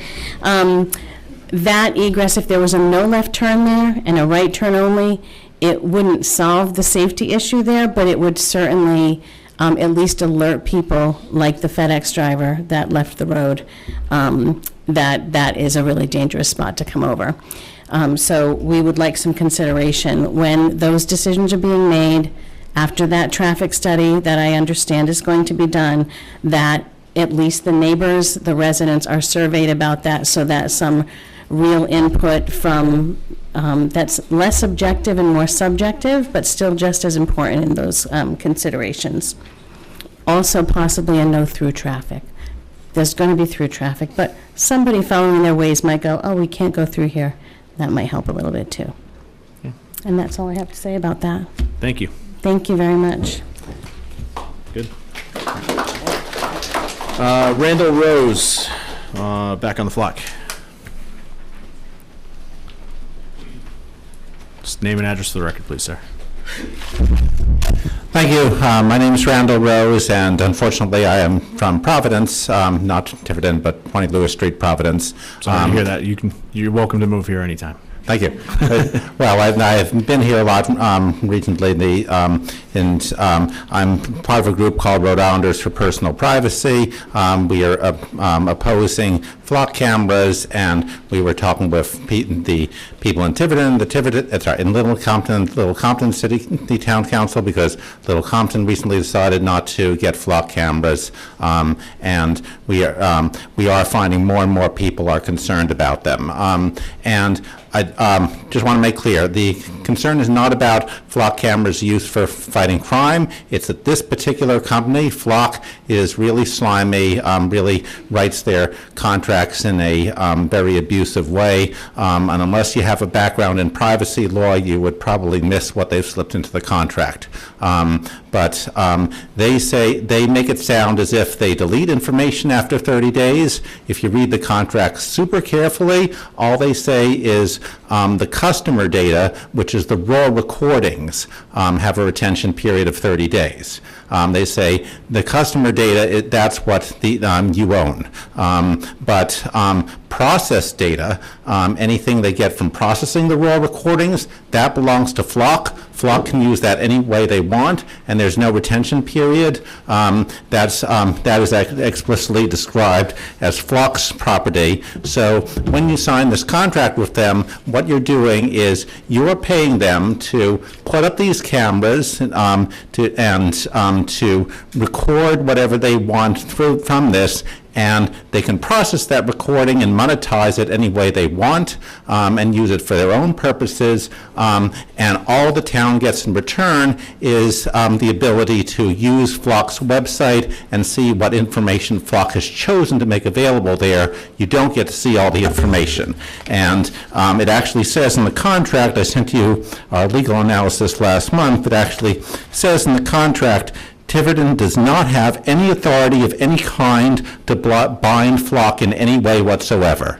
It says Flock is not Tiverton's agent. There's no agency, partnership, joint venture, or employment, and you're just paying Flock, and in return, Flock gets to use the information any way they want. And in the modern tech industry, that means they're going to monetize it, and there's no accountability there. I noticed in the police department's policy that was put out 4 years ago, it says Flock can't sell the data. Well, your contract with Flock says you can't bind Flock. So even though the police department's policy says Flock can't sell the data, it doesn't stop Flock from doing that. And of course, in addition to outright sales, there are other ways of monetizing it that aren't called sales. So Flock does say that they use AI to process the recordings they get. So there's the raw recordings, which you own, but the processed version of the recording has this vehicle tagged as ID number blah, blah, blah, and this individual tagged as ID number blah, blah, blah. They can use that processed version of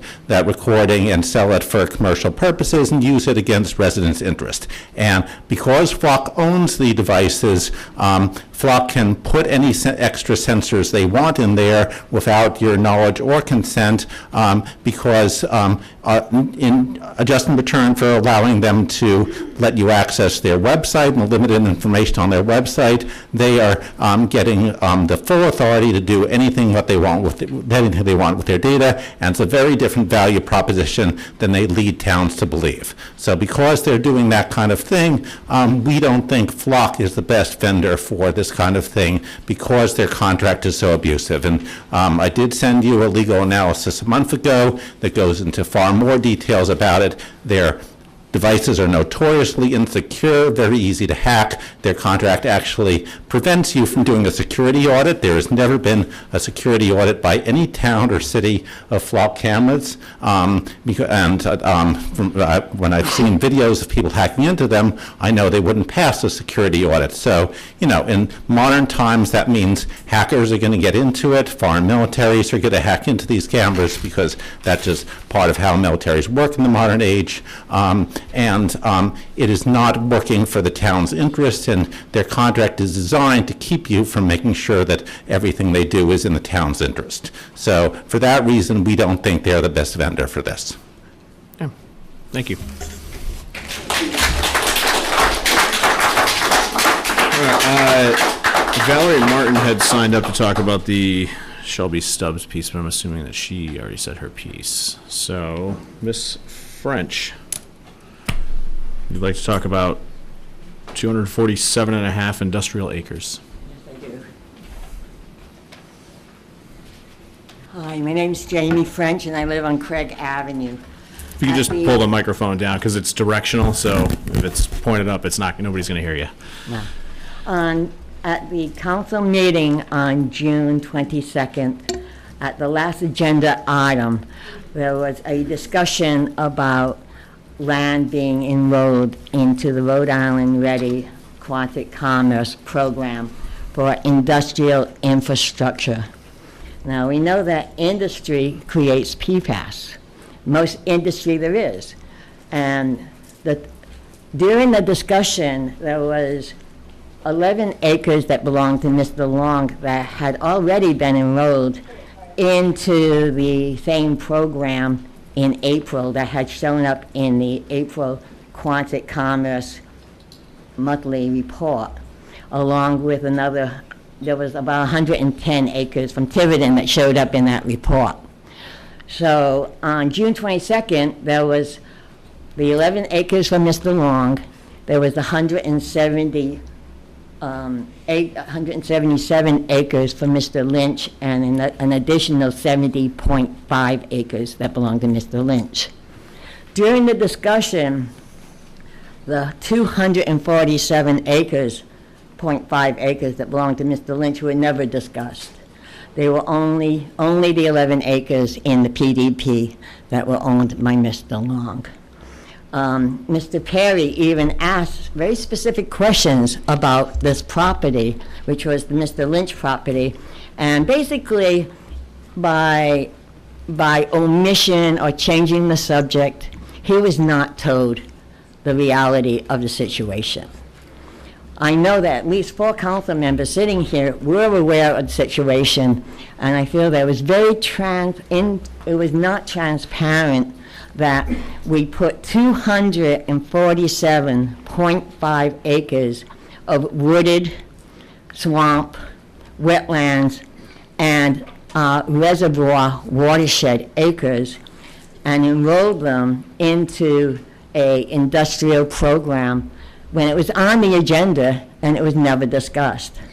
Even our attorney kept saying, but there's two letters here referring to the fact that there was more than just the Mr. Long's parcel to be discussed.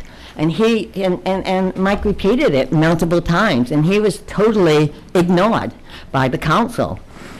And so we had from April and June, we had more than a half a section of land now enrolled for industrial industrial infrastructure, which means the possibility of clear cutting.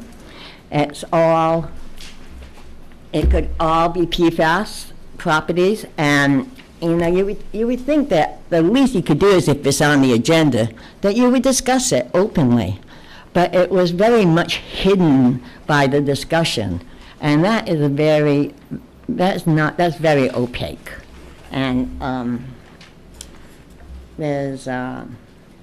I had said to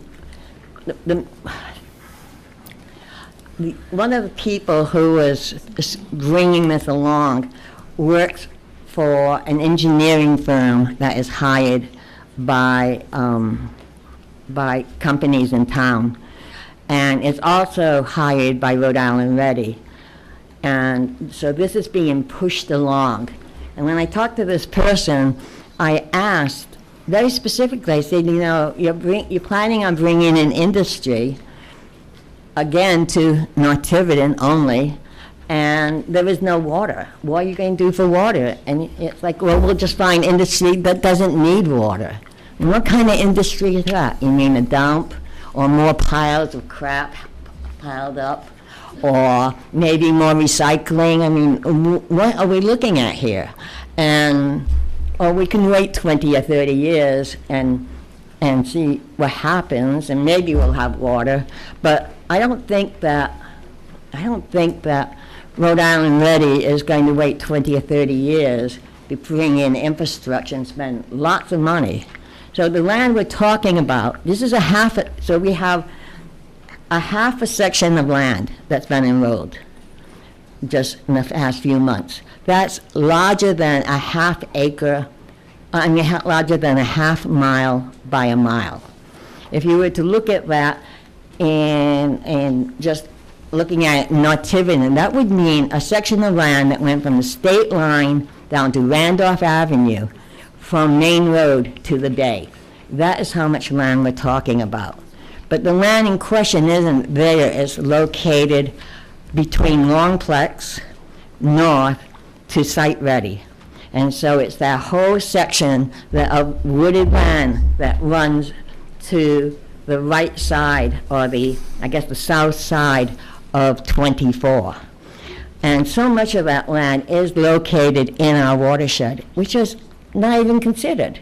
And we already have one company that's located in our watershed that we know that DEM has said has done stormwater contamination of our reservoir, but they don't do alluvial or ground testing, as you can tell by PFAS. It took them how many years to get around to French, this? I gotta stop you there, because I take offense that you're up here trying to draw a Rhode Island Ready application connection to an actual well contamination issue in the south end of town. Well, and I worry for people who will watch this and say, oh my God, the town council is going to go poison more water in this town. That is not at all our position. Well, so industry. You are welcome to your opinions, but you are not welcome to your own set of facts. Well, industry is known. Most industry is a PFAS contaminator. That is a known fact. That is not, for anybody watching at home, that is not a known fact. That is not based in fact. We are not manufacturing aqueous film-forming foams, which is what the primary concern is related to the PFAS piece. Only on Crandall Road. But you're talking anything that is made that's waterproof, fertilizers, pesticides, everything. There are so many things. Degreasers, solvents that use for a boatyard. All of these things have PFAS in them. And these are things that have been talked about for years. I don't know why Tiverton is behind on these subjects. But just in the electrical components, the manufacturing electrical components is PFAS. You have a lot of your things that end up in a dump do end up with PFAS in them that can get down into your groundwater. These are not unknowns. The state of Rhode Island has a 5% average of industrial land in most towns. We have a 10% in Tiverton. So we are double the amount, and we have no buffers to residential. And having a bedrock aquifer, it's not very well tested over the years. Ms. And French, I'm just saying that we still have a number of people that want to speak. Whether or not we want more industry in this town. But my main problem isn't the decision, it was the way it was reached. It was on the agenda, it was on the clerk days, and it was not discussed. Anyone who wants to can listen to those last 20 minutes of the 6/22/26 council meeting and listen to how this was never discussed, even when Mr. Perry asked a very direct question about this. Ms. French, it is duly noted, your objection, that we didn't spend enough time to satisfy you on that specific You parcel. spent no time on it. Listen, I would encourage everybody at home to watch the meeting, because the context here matters. The reason that Mr. Long's property was being talked about more was because there was question as to why there was two, and there were questions about Mr. Long's property alone, not the other property. So please watch the meeting. Thank you. It's a tradesman center that is permitted by right, basically, in the PDP takes concern over the Ms. fact French. that you have 200, you were talking about you ignore 247.5 wooded acres in our reservoir. The last thing I'd like to say is that the North Tiverton Water Department probably should get the credit for giving water out to the residents in Crandall Road, not the town of Tiverton, just because the town's always getting credit for things like supplying water for fire, mutual aid, when in fact it's the water districts and not the town. And we, as residents of these water districts, have to pay additional costs to cover these additional things that water we don't use, in which the town is always getting credit for. Thank you. Thank you. Mr. Jobin.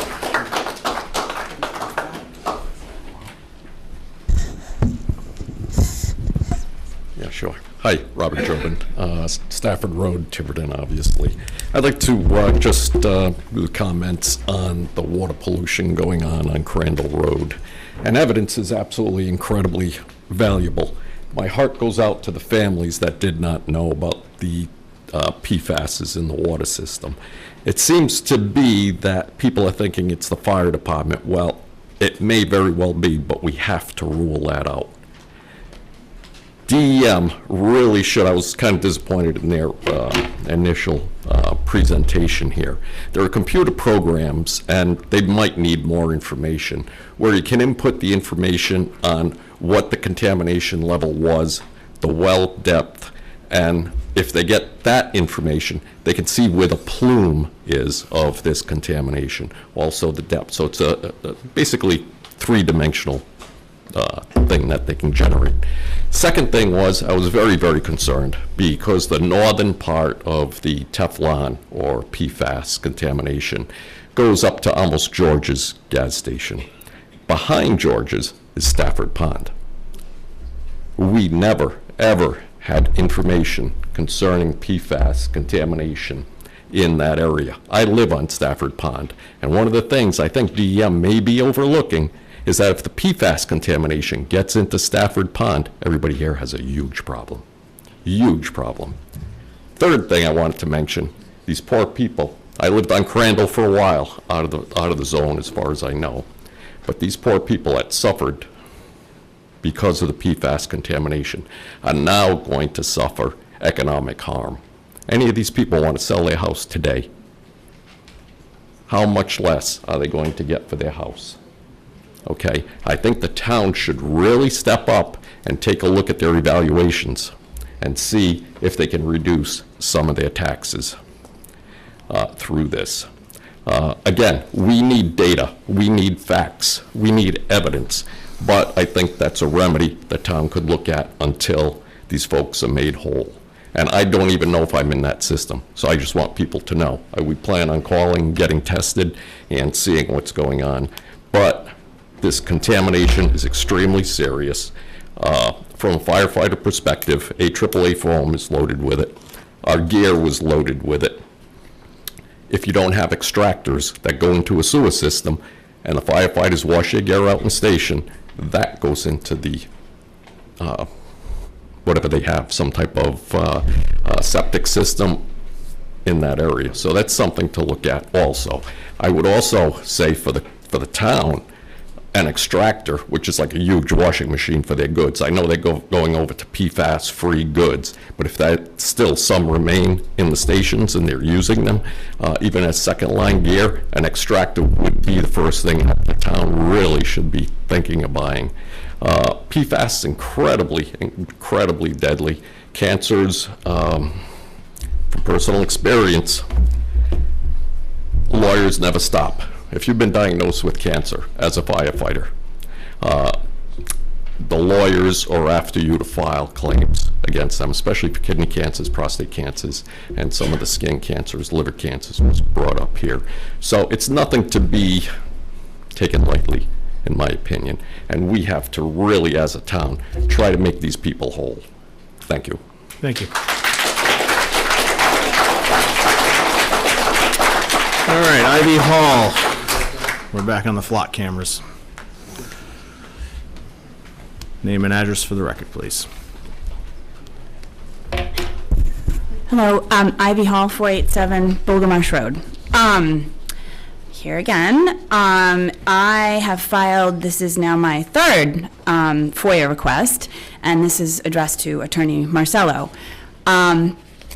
So I was provided, I had asked for the current flock contract. What I was provided with was an expired quote with 3 pages that you signed off on. So this is not the full entire contract of what we as townspeople are signing off on and we're voting on, or you're voting on rather, tonight. So I want the full contract with dates, start dates, end dates, language. Just so I can, so obviously we don't have a contract yet because the council hasn't voted yet. You have a prior contract, that's yes. What I had asked for, June 24th, that was my request. I was told to email. I emailed the FOIA request. There is no online form to fill out. I had a conversation with Ms. Chabot about that, and she told me to get in touch with Chief Costa's admin, Kayla Silva. She has been excellent, fabulous. Now, apparently, you have taken over my requests. Well, no, I handle most of the APRA requests for the town, so it's not, I'm taking over your requests, but your requests have been... No, we have not been communicating, sir. So this... But I have been communicating with the chief of police and his staff. Okay, so but I have not received an email from you until just now.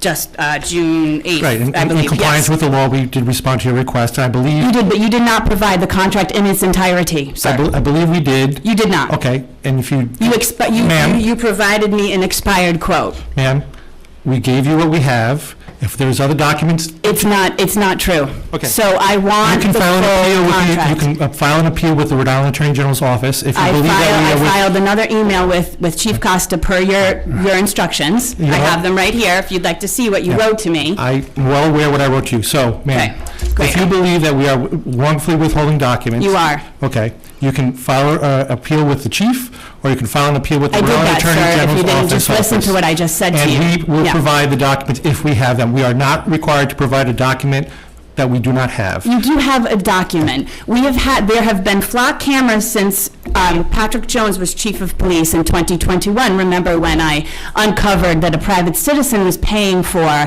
flock cameras that did not go in front of the town council. So we've had a contract with Flock since 2021. You have been provided all the documents that we have that are responsive. You're lying to me. Okay, so please don't accuse me of being lying. Well, you are, because I have proof. This is proof. If you are believing that you are not getting the documents, then you can file. You provided me an expired quote, sir.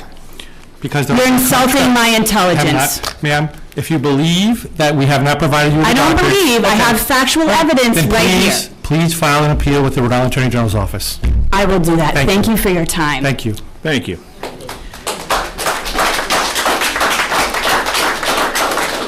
Stephen Hendrick? Name and address for the record, please, sir. Also on the flock topic. Did I get it correct? Was it Hendrick? Okay. It's Hendrick, yeah. Stephen Hendrick, 31 Starlet Road. I think there are some very serious privacy concerns to be addressed regarding the flock surveillance system. And I think this is exactly why Warren, Portsmouth, Newport, and now Little Compton have all said no. In fact, Newport had a trial going with Flock, And the townspeople got together and let their wishes be known, and the town decided to abandon Flock, and they're going to be taking all the cameras down if they haven't already done it. So here are what I think are some of the privacy issues, and this is probably well known, so I won't spend a lot of time on it. But this is really a mass surveillance infrastructure. I mean, I don't think that what we have in Tiverton quite yet amounts to that, but if we continue to kind of populate the town with cameras, it becomes a mass surveillance infrastructure. Because then, no matter where you go, everybody knows, at least who has the Flock data, and the town knows where you're going. So, this can be a Fourth Amendment potentially issue with warrantless search. And I said, especially as the number of cameras increase.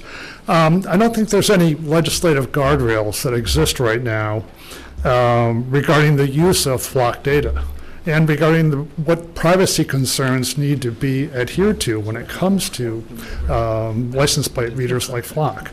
So it's kind of premature to use this technology right now because there's so much that hasn't been decided about it. There are also examples of data sharing loopholes from one town to another. I know the data is supposed to be for a particular town only, but there are examples of loopholes in that where towns do share and compare notes depending upon the severity of the issues that they're looking at. This is the same at the government level with interagency sharing of information and government access to Flock data as well. ICE, for instance, has been known to use it. So here's my perspective. I think it's really too soon to be involved with Flock. I think the company, as we've heard earlier, is one that's a little sketchy to be doing business with at this point. I don't think we have any kind of legislation at the state and local level that really, speaks to privacy issues that are being presented by the use of the Flock system. And so I think this is really an issue that the town needs to be thinking very seriously about, and I think it's really premature at this time for the town to be involved with Flock and involved with this kind of a technology. So it's not Flock doesn't really have yet a technology and a business model that's ready for prime time and ready for use in public. I think we need to have more understanding, experience, and insight and thought about what this all represents and means with respect to privacy before we, kind of dive into it and commit to it. Thank you. Thank you. Mr. Hendrick, just one quick point for you, because I think it's germane to your point about Newport walking away from Flock. On July 22nd, they spent $375,000 to put Flock drones in the sky. So it's counterfactual, that's all. Okay, Yeah. all right. So they may not be doing the cameras, but they're buzzing drones all over the air. Okay, Yeah. all right, very good. Well, another issue to worry about. Not our problem here in Tiverton. no. Understood. Thank you, sir.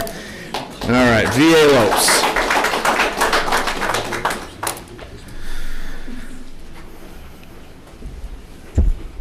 VA Lopes, 267 Deer Run Road. Before I talk about Flock, I can go and knock on doors and give out the PFAS information. I work from home, got 2 hours tomorrow, Wednesday, Thursday, through Friday. So I was going to get out the vote. So if you need me to do that, I'm happy to go walk around. So email me paper. I got a printer. All good. All right. So just 2 points I wanted to make, and then I had some questions for if you guys could take these down for when Chief Costa presents. But first point, I think you might have to close your tabs and restart, Councilman Edwards. I haven't gotten that email asking me what we've seen in Tiverton regarding Flock issues. And so I think it's a germane question, but the reality is it's kind of like, well, I haven't been in a car accident in Tiverton, so should I wear a seatbelt, right? And the answer is yes, I should still wear a seatbelt. And honestly, we don't know if anything has gone wrong with Flock cameras in Tiverton because until about 5 months ago, we didn't know they were here. So that's one thing, like it's a seatbelt safety issue. And then the other, Councilman Paul, you had mentioned, do we want justice for our neighbors? And the answer is absolutely yes. What Flock gets us is just expediency, right? Like these are 11, if you want to pass them around. I will email these to you, and if you're nice, I'll send you my favorite true crime podcasts that I listen to when I'm a behavioral scientist. When I'm assessing data, I'm running my favorite true crime podcasts.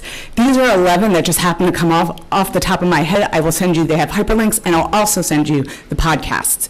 But the reality is I know Chief Costa and his team, with the help of residents and just, private and public cameras, would still have solved those crimes. And that's the point here. They'll still do their job. I'd rather not have AI replace our police department and even just hire another police person if it's going to mean expediency. Because that's what this is. That's all we get. But the reality is that we also tie in with this whole aspect of a larger surveillance, which violates our Fourth Amendment rights. Couple of questions. The VMs that the data is hosted on, can we find out where those live? All right?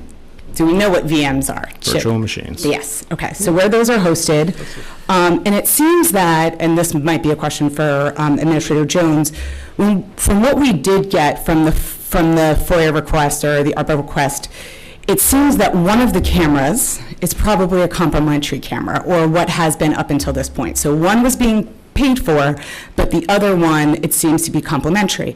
And if anybody knows, when they give you things for free, they're usually using that to train you. So for example, anybody who has a free or had a free ChatGPT version, I've been using Jasper for a decade and paying $1,000, but ChatGPT gave it away so they could get a faster machine learning. So I'm going to bet dollars to donuts, they own the images, and it's part of their machine learning program. But if we could also clarify that. And I think those are all my questions. Thank you. Thank you. Barbara, I think this is related to the boathouse. Anybody else want to talk about the boathouse? No? I think she might have left. Okay. Abigail Pimentel. Madam Clerk, there's no more sign-ups over there, are there? Okay. It's been a marathon, guys. Have at it. Just name and address for the record, please. Yep, Abigail Pimentel, 557 Hancock Street here in Tiverton. I've been a Tiverton resident for 8 years. My husband and I bought our first and hopefully forever home here. And a big reason why we looked into Tiverton was this safe, small, beautiful town. So I really appreciate everyone coming out here. It's really clear how much we all care. So my topic is, as others have spoken on, the issue of the flock cameras. I'm here to firmly oppose the installation of any additional automated license plate reader cameras. These devices are often marketed as a crime-fighting tool, but they are in reality an invasive surveillance apparatus that has no place in our community. They really are a wolf in sheep's clothing, selling us crime prevention while actually making our communities less safe. These cameras go far beyond traffic enforcement. They record vehicle makes, models, bumper stickers, dents, building a searchable, intimate digital map of our daily lives, from where we go to work, to where our children go to school, where we worship, when we exercise our First Amendment rights. All of this becomes readily available for bad actors, both domestic, international, hackers, governments, etc. This sensitive data is then handed over to private third-party companies, often without meaningful public control over storage, usage, or access. This data has already been shown to be vulnerable to hackers and outright data sale. At the end of the day, town police departments are relying on a private company's pinky promise that they won't sell or leak sensitive data. Some argue that this is the price of safety, but evidence shows otherwise. Nationally, law enforcement officers have used these systems to stalk romantic partners to the tune of 28 cases so far identified since 2021. 2021. Communities have also found their data being shared with federal agencies in violation of local agreements. Mountain View, California is an example of a community that just ended their flock agreement because they found out that flock was sharing data with federal agents in violation of state law. These AI systems are also prone to dangerous, high-stakes errors, leading innocent families to be held at gunpoint in front of their children. One example occurred in Sherwood, Arkansas in February 2026. A camera misread a digit on an innocent couple's plate, resulting in them being taken out of their vehicle at gunpoint and their 6-week-old infant baby remaining unattended in their backseat of their vehicle. Another example happened in June 2024 in Morrison, Tennessee. The AI mistook a 0 for a 1, or a 0 as an O, leading officers to detain 2 grandparents at gunpoint in front of their 3-year-old granddaughter. These are not just technical glitches, they are the predictable outcomes of placing flawed surveillance technology on our streets. Speaking of price of safety, these cameras and the contracts that go with them are not cheap. Over 95 communities have already stopped or discontinued their contracts with ALPRs, such as Flock and other companies, after spending thousands of dollars on equipment and contracts that turned out to do more harm than good. We do not need to repeat the mistakes of other towns. Our neighbors in Portsmouth, Warren, and Little Compton have already reviewed this technology and rejected it. They prioritize the safety and privacy and freedom of their residents over this unchecked surveillance. Tiverton should join them in saying no. I vote this council to vote against any proposal furthering any alliances with Flock, and keep Tiverton town where residents are free from constant monitoring. Thank you.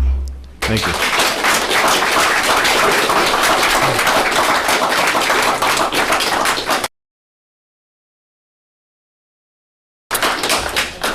All right, now we're on to appointments and resignations. We have 2 acknowledgements of resignation / retirement. Richard Siegel from the Dog Park Committee effective June 19th, 2026, and David Collins from the Zoning Board of Review effective July 15th, 2026. I'd like to entertain a motion to accept those resignations with regret. So moved. Second. Motion been made, seconded by several. Any further discussion? Hearing none, all those in favor? Okay. Next up, we have Dog Park Committee, a 5-member board, 3-year terms. There are 3 vacancies. The first applicant is going to be pushed, Jeannie, correct, to the 8/11 meeting? Okay. The second one, Ellen Brady. Is Ellen Brady here? Oh, there you are. Wonderful. So this is requesting appointment for a term ending 4/15/2027 or 4/15/2028. Ms. Brady, if you wouldn't mind coming up. We have to interview since you're a new appointment.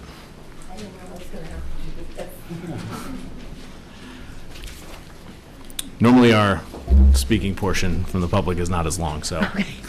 All right, why would you like to be on the dog park committee? Well, I started to go there with my 2 dogs about a year ago. I've met wonderful people there, and I just think it's a really good way to socialize dogs. Wonderful. Any questions from the council? Councilor Perry. Ms. Bree, what's a home rescue foster? I can't hear what you said. What's a home rescue foster? Was that you? I don't know. On the application. On your application, you have home rescue foster? That I fostered. No, I think that. Was that the wrong one? Yes, yes. I'm This is the sorry. second one. The first I'm one's sorry. unavailable this evening. I'm sorry, wrong person. Yeah. Wrong one. No, I Miss didn't think Brady is a it was retired teacher. You're the retired teacher. Yes. Okay. No questions for you. Okay. You're fine. Councilor Paul, Councilor Janik. No, just I think that's great. You've been there, you've met people, and we would love to have your help there. Yeah. I'd like to make a motion to approve. We're going to waive policy if we're going to approve. Motion to waive the policy. So moved. You're going to do it one fell swoop?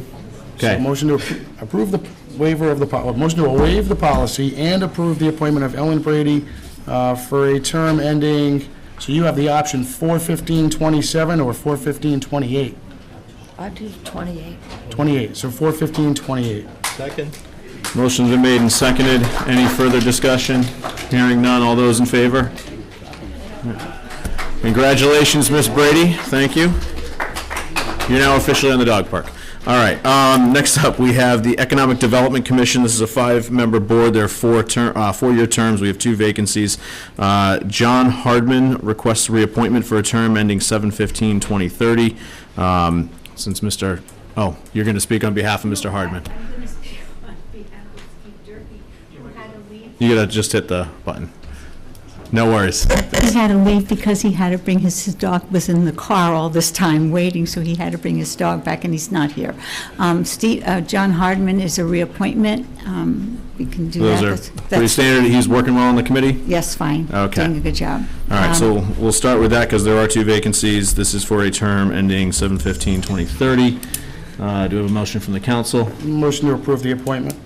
Second. Motion's been made for John Hardman for 7/15/2030, seconded by Councilors Janik and Perry. Any further discussion? Hearing none. All those in favor? Thank Okay, you. Mr. Hardman is back on. Now you're here to speak on behalf of Mr. Durkee. Who may walk in any minute, but he's a new appointee. He has an excellent resume. I think I had sent it out to people. Yes. Has done has owned his own business, has experience in real estate development, has been a number of boards and commissions, including Rhode Island Public Transit, Providence City Plan Commission, where he served as chair for the last 11 years of his tenure. He owns small businesses. I think he's an excellent addition to the EDC. Okay, any questions from the council for stand-in Steve Durkee? I'm sorry. No, his resume looks very impressive. Yeah, he's a smart guy. I make a motion to appoint Steve Durkee. We're going to make a motion to waive the policy and appoint Steve I'm Durkee sorry. for I'll the make a term motion to ending waive the policy and appoint Steve Durkee. for the term ending 7/15/2027. Do I have a second? Second. Motion been made and seconded. Any further discussion? Hearing none. All those in favor? All right. You Thank now have you. a full committee, Madam Chair. Thank you. Okay, next up, we have the Cemetery Commission, 5-member board, 3-year term. We have one vacancy. Stephanie Madera requests appointment for a term ending 7/15/2029. Ah, yes, you were here. Wonderful. All right, why don't you start by just telling us a little bit about yourself and why you'd like to be involved in the Cemetery Commission? Well, I lived in this town my whole life. My family bought their home in 1977 off of Crandall Road. My family is buried, the fish plot is buried at Pecasset Cemetery, and my father's buried there also. So to me, it's very important to kind of be part of that and make sure that my family's plots are taken care of. Wonderful. Any questions from the council? I have one. Yes, Councilor Perry. How did the Fish Road and your mother's name come Yes. about? To be honest, I do not know, but they lived in the Quonset hut, which is no longer there, that used to be on Fish Road. My grandmother and then my great-grandparents. Okay. Yeah, so the name is, road Just is named after them. reading your resume and that. No, it is, and there were different houses, I think, off of Sousa Road, right when you get to Fish, there was a house there that my grandmother used to live in, and then they moved along next to Knights of Columbus, and like I said, the Quonset hut is no longer there. But they came over on the ship after the Mayflower, so we have really strong roots in the community. It's very interesting. Yeah, it is. Thank you. Thank you. All right. Do I have any further questions or waive policy and appoint? Yes. Okay. Revise the policy and appoint. Stephanie. Schober? I'm sorry. No, Stephanie. Stephanie's. Matera, yes. Okay. Thank you. And this would be for a term ending 7/15/2029. Do I have a second? Second. Motion's been made by Councilor Perry, seconded by Councilor Janik. Any further discussion? Hearing none, all those. I just Councilor. thought that your resume was really. Thank you. It was very personal. Thank you. So, Thank you. I appreciate that. All right. All those in favor? Thank you. All right. Congratulations. You're on. Thank you. Nice to meet you. Thank you. All right. Last appointment we have is Edwin Schober requests appointment for the full term on the Tiverton Zoning Board of Review for a term ending 7/15/2031. Is that a reappointment? No, this is for the Hello, sir. I understand you're the alternate. I am a second alternate and first alternate, and so now I'm applying for the permanent position. Permanent position. All right. A voter. Yeah. All right. Questions from the council? Councilor Janik? I am the liaison to the zoning, and you have done a fabulous job in the 3 years you've been on. You've really given a lot of good, positive input. Correct, Lisa? Absolutely. Yeah. So I wholeheartedly agree with your going as permanent. Madam Chair, by all means. Yes, I'm Lisa Gouchette, 938 Lake Road, Chair of the Zoning Board. I've known Ed for about 7 years. He's been a resident for 7 years, and he's been on the Zoning Board for 4. He's in his 4th year. He comes to all the meetings. He participates. He's very courteous and professional with witnesses and parties and attorneys. Really important, Yes. I think. He's patient, he's thoughtful, and I have to say that when I got appointed to the zoning board, in the last century, I didn't know anything about zoning, and for someone, at least I was a lawyer. I mean, I got half of it down, but I think it's really difficult for some people to come onto a community board that don't have public speaking experience and have a whole new vocabulary, a whole new rubric of rules to follow. And, it's too bad because nobody told me what I was supposed to do. It's, you figure it out as you go along. And after 4 years, Ed's got the value of that experience. And he's a great addition, and I hate to see him leave. I have to tell you, David Collins will be a hard shoes to fill, but 39 years he was on the board. 49. 49 years. 49. And I've spoken to the town administrator about acknowledging his significant community service, and he's been a wonderful addition, and we're going to honor him at some future time. Sounds good. All right, any other questions from the council? If not, I'd like to entertain a motion. Motion to appoint, I just flipped the page, of course. I do know the name. I just want to make sure I get the date. Edwin Schober to the full position on the zoning board of review, terminating 7/15/2031. Second. Motion's been made and seconded. Just one point, we now have 2 alternate vacancies, so if anybody else would like to follow in Mr. Schober's footsteps and join a board as an alternate, there is an opportunity for 2 more people. Come on down.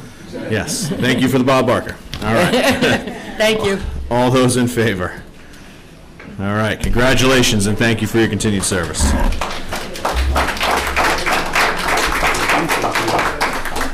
Mr. Administrator, we had it on here for General Business B on the update on Crandall Road PFAS, but I believe we covered that already, correct, sir? So just quickly, I will say that, from my position, and I'm sure I speak for the council, about the concerns of some of the residents, of most of the residents, if not all the residents. Communication is not what is spoken, it's how it's received.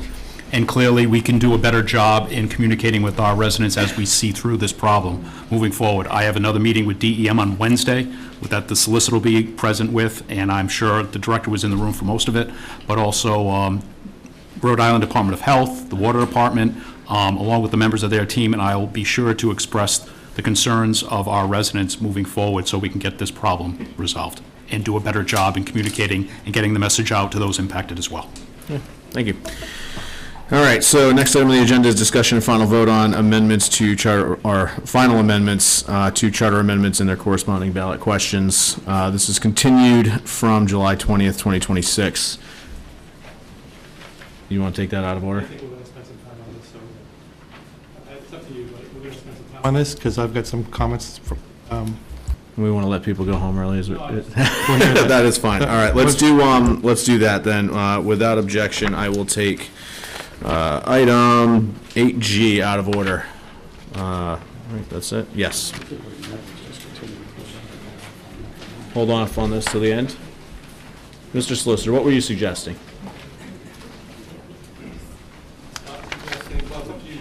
All right, why don't we come back? We're gonna sit on the table, see, and then we'll just 1, 2, 3, 4. All right, because I know Mr. Hayden wants to go too. So, all right, Sylvia Road residents Tom and Holly Flanagan, Gil Sylvia, and Mary Ellen George discussion regarding concerns over potential to transform Sylvia Road into a one-way street. I know we heard from Miss Flanagan already. Any of the other members here who wanted to speak on this? Looks like an easy one. So we will make sure that you are involved in the discussions once the traffic study is done. The administrator will take the advice of the residents. Yes, So sir? I expect a report from the police department as long as the recommendations from the DPW, and then that'll be in front of you because that'll be part of an ordinance that Okay. we'd have to advertise if it goes forward, and also there'll be obviously, as you know, sir, public comment section as well. Okay, wonderful. All right, next item on the agenda is John Hunter and Alexander Olart, 496 Riverside Drive. Discussion and possible vote regarding permission to use portion of right-of-way on unimproved section of Riverside Drive. Hello. John. Hello. John Hunter, 496 Riverside Drive. Alex Olarte, same I address. apologize for saying your last It's name okay. incorrectly. That's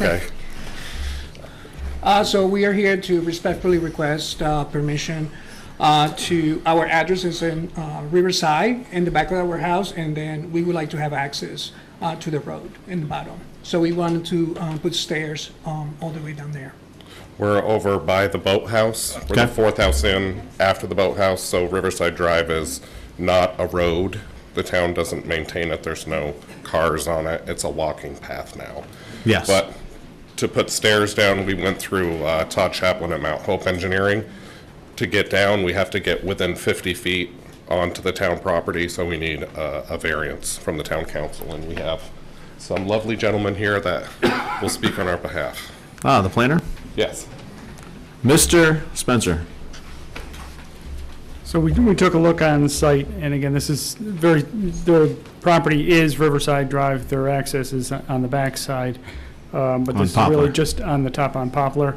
This is really for them to be able to access Riverside Drive. We spoke with the DPW director. There are no plans to make any improvements to that section of Riverside Drive. So this is really for the use of landing those steps there, not for sale of town property or anything like that. So it's not a permanent easement or anything like that. It's really just for the use for that particular steps, and it's pretty similar to what occurs up and down Riverside Drive. There's a number of other properties that have steps that do the same thing. So they're Just to be clear, I believe when I talked to the planner about this, there are a number of residents that have steps, many of them which we have no record of getting any kind of permission. So That's not on us.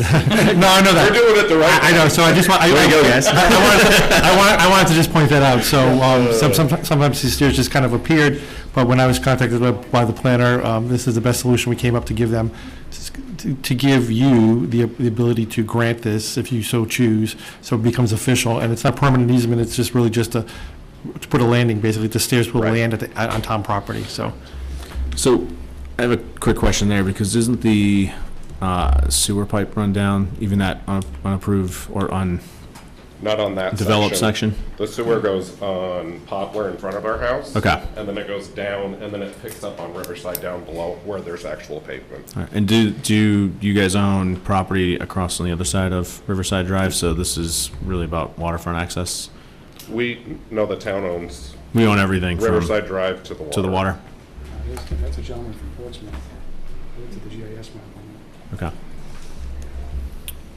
And Mr. Solicitor, you have no I've concerns? talked to the planner. I don't have an objection. I think it's been done. Again, they're asking permission, unlike some of their neighbors who apparently just put steps there. So I mean, I think we're just kind of following the tradition. It's not a huge encroachment at all. It's just is it a landing? I think It's just the stairs, Yeah, the steps. The steps that go down. Yeah. So it's up to you.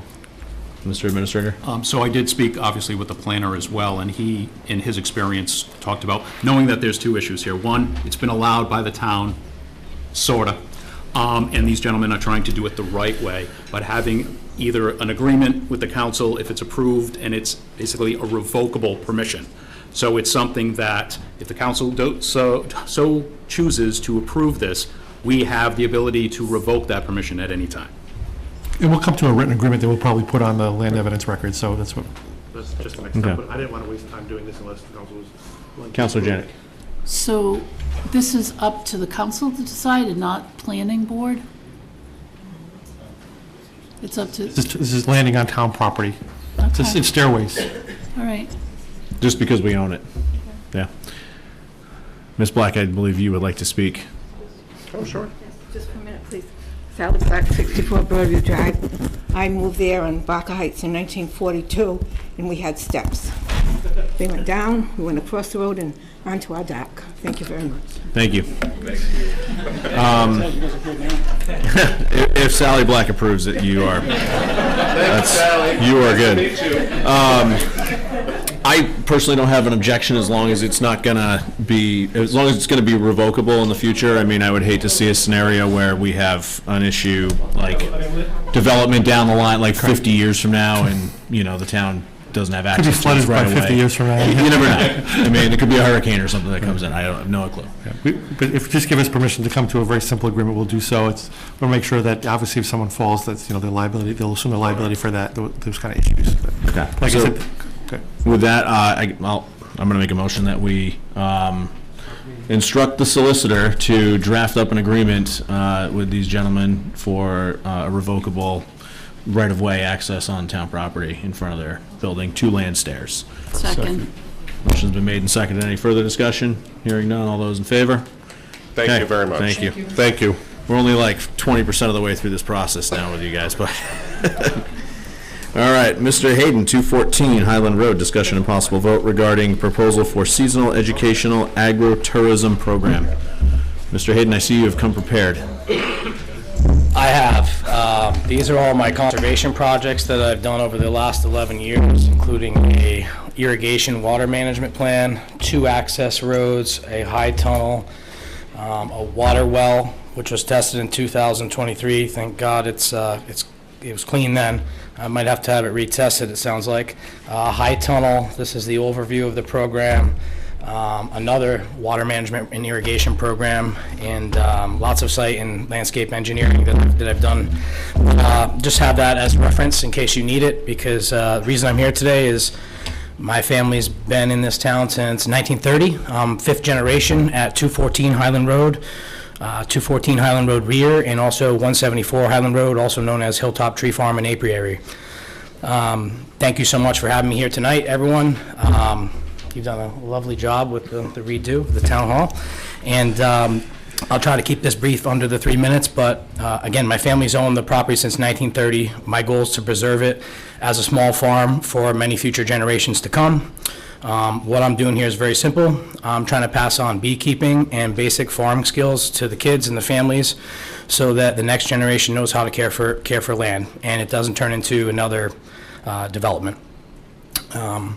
The entire purpose of the program that I run, every single dollar that comes in for my beekeeping educational classes is a donation.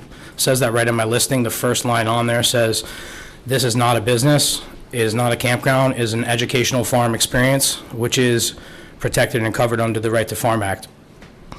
Beekeeping has very specific timing. I don't know if any of you have ever taken care of bees before. If anyone's interested in learning, bees are one of the most susceptible species to become extinct, and they pollinate over 50% of our food that we eat, right? So they're very important. Without them, we're not going to have food to eat. The bees need to be handled early in the morning or later in the evening. They're in full production in the middle of the day, and you're most likely to get stung at that time. So that timing is why I have temporary canvas tents. That's part of my setup on my farm. I have 2 of them. I had 4. 2 of them were completely ruined by the blizzard of 2026, even though I tarped them and took them down and such. So I don't have 25 sites or anything, which someone insinuated yesterday when I spoke to them about this. I have 2 small sites, and the property is fully supported. As I mentioned before, I have a clean 2003 well test. I have proper insurance, a multi-million-dollar rider. The trails are marked very adequately. I have a dumpster. My whole philosophy is pack in, pack out. What you bring in, you bring out. Nothing is left there, and ultimately, nothing's left behind. So there's never been a noise complaint. I submitted a FOIA request to Miss Joan Chabert, the town clerk, in 2024, which she got back to me in a timely manner, and there was no complaints on my property in regards to this. I've been doing this since 2019. Kids and family who come for the bee classes leave with local honey, fresh dozen eggs, and hopefully the inspiration to start their own garden, chicken coop, or bees at home. I believe every household should have bees and chickens. It's the most beautiful thing, going outside, grabbing eggs with your kids in the morning. I know, Councilor Edwards, your family even has chickens and eggs. So this is true. Yeah, so it's a great little experience, and let me just catch my space here. As I mentioned before, the bees are struggling. If we don't teach the next generation how to care for the bees, we're going to lose a critical part of our ecosystem. So my wife, Catherine, and I, thanks for coming here. Tonight's our 2nd anniversary, actually, so I appreciate her being here with me. You should have sent an email. We would have pushed them off to the next meeting. And I appreciate Jeannie, getting me on the agenda and everything. But ultimately, we took a class at Rhode Island College, I don't know, 4 years ago, maybe, I don't know. And, it was at Rhode Island College local, and we're just trying to share the knowledge with the community. The teacher was amazing. And so I'm happy to give any member of the council or the town administration a tour of the farm and even teach you about the bees as well. And Mr. Paul, Vice President, has actually come and seen firsthand the operation and walked the property with me, seen everything firsthand. And I'm here tonight simply as a resident and a father, trying to keep a small farm alive and pass something meaningful on to the next generation. If the town can support the agricultural education, I'll keep the land as a farm. If not, I'm going to have to move forward with a development plan. I'm in a situation where I'm at a crossroads, and I would prefer to keep it agricultural. And so I'll say that again, I would prefer to keep the land agricultural. So tonight, I respectfully ask the council to consider a vote for a special use variance to allow this very small beekeeping operation and agricultural education program to continue. It's going to preserve the farmland, support pollinators, and teach children skills that they can carry on for life. So that's it. I also have, if you need, I have the insurance rider policy. I also had a manufacturer test on my canvas tent that was required by the fire department. When I got approval from the fire department, I've gotten approval from the tax assessor. I had a permit that was pending with the building inspector from 2020. It was purged earlier in this year. I immediately sent a certified letter to the building inspector and planning, and I met with them immediately. They recommended that I submit this proposal, which I hope you have all received my proposal. It's very detailed out on everything that I plan to do. And so I just respectfully request a vote for that special use variance to keep the land in educational, agricultural education programs. Okay. So if I understand correctly, basically the way our zoning's structured now is, technically speaking, what you want to do or are doing is not technically allowed under our zoning code. Am I right, Mr. Correct. Solicitor? Okay, so I'm not at all opposed to this concept. I think it's a phenomenal one, right? And I think anybody who's been to any of the planning board meetings would rather it be bees and chickens and trees as opposed to a, 5-story housing development. So I just want to make sure that we follow the process correctly, if the council agrees, and that would be to direct this to the planning board for language related to a special use permit. So No, so I think, I guess what he's looking for is somewhat of a zoning use definition to be added to our use table. Okay. And then whether it's encompassed or not, and we don't grant special use permits here, so all we could do is grant a zoning change if that's where we need to go, but I don't know the specifics. I've seen looked over his proposal briefly before I came here tonight, but it's not something we can just grant here tonight. So, but I would assume that if we're looking at a zoning use change, we're asking the planning board to look at a zoning use change, right? There's probably benefit for other farms like Mr. Hayden. So, if not only it helps keep Mr. Hayden's farm going, but it helps keep any number of the other farms in the south end of town going. And this is another avenue for them to make money and not turn into a 5-story housing development. I think it's something worth pursuing. So what would be the proper motion? To refer it to the planner and the zoning officers to come up with some language that we can then submit to the planning board for their recommendation. Now, one technical question. If we refer this to the planning board the planner can go in front of the planning board, they can approve the language and send it to us. Correct. There's no need for them to send it to us, so we can send it back to them, so they can send it back to us. Correct. He could come up with the language, they could send a recommendation to us with the language, then we would approve it. If we start with us, it has to go back to the planning board for a recommendation. Okay, so I don't know if it's a formal motion, but I would say that we want to direct the planner to work with Mr. Hayden, because it sounds like Mr. Hayden has a stack of information which may be beneficial and kickstart this process, so we can get it in front of the planning board so that they can come up with language to get to us so we can make this official. Yeah, for what your concept is. I'm with you. I met with zoning and I met with the building inspector. They requested that I request a special use, so if that's the process, that's why I'm here. I just want to be compliant and go through the correct process, like the last group that came up. Yeah. Everyone put in stairs down at Riverside. They're actually going through the process. I want to go through the process. I'm not trying to circumvent anything. I was under the understanding that zoning already spoke to planning, so if there's another step, I'm happy to go through that step.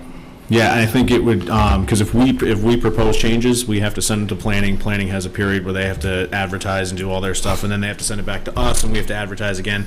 So I'd rather it just come straight from planning if possible. Mr. Spencer, do you identify yourself so that Mr. Hayden knows who to go see? All right, so Chris Spencer is the planner, so we'll make sure we get you in touch with him, and that way it originates in planning, and then it just comes back to us, so we can vote. And the last thing I'll say is I just think there was a misconception. I don't have any RVs or motorhomes. I don't have a 20-site campground. There's no utilities at the site. There's no, I do have a water well. I do have 2 CO occupancies at my 2 primary homes, so there's no campground going. It's literally agricultural, educational. If campgrounds were approved, I'd be totally cool with it because I think they're amazing, but I don't think it's going to hurt the town of Tiverton campground. I think it would actually benefit the town, to be quite honest, but that is above my pay grade, and I'm here for this one specific thing. And if the other farms can take advantage of it, then that'd be great, because I see honey popping up all over the place. Like Clark's has honey now. Some of the other spots are doing bees, and the bees are truly, they're in trouble right now. So if anyone's interested in having some bees, I highly recommend that you pursue that passion, for the greater good of mankind. So I appreciate everything that y'all are doing, and thank you so much for hearing me. Thank you. Thank you. Mr. Solicitor, a quick question. On that type of topic, agriculture and forestry, Title II, Rhode Island law, agricultural operations, so the whole right to farm, how does that play into that? I don't want to give you an opinion right on the fly like that, but you're not tied, but there are concerns, put it that way. So, It's not as broad as some people think it is. and we're working on the whole use table and updating that. It would have to be updated, the use table would have to be Right, updated. And a and- definition of what this would be. Correct. Any facilities that may be needed, if you're going to have the public there, you may need, access to a lot of Bathrooms things. and So there's stuff, just, right. it's not as clear cut as just saying yes and no. We want to make sure that obviously, I see Mr. Hayden's talking to the planner, so. That's fine. They're off to the races, so hopefully this will be back in front of us soon. We can only hope. Okay. Chief Costa, we've arrived at your part of the program. Discussion and possible vote to approve contract for automated license plate reader services.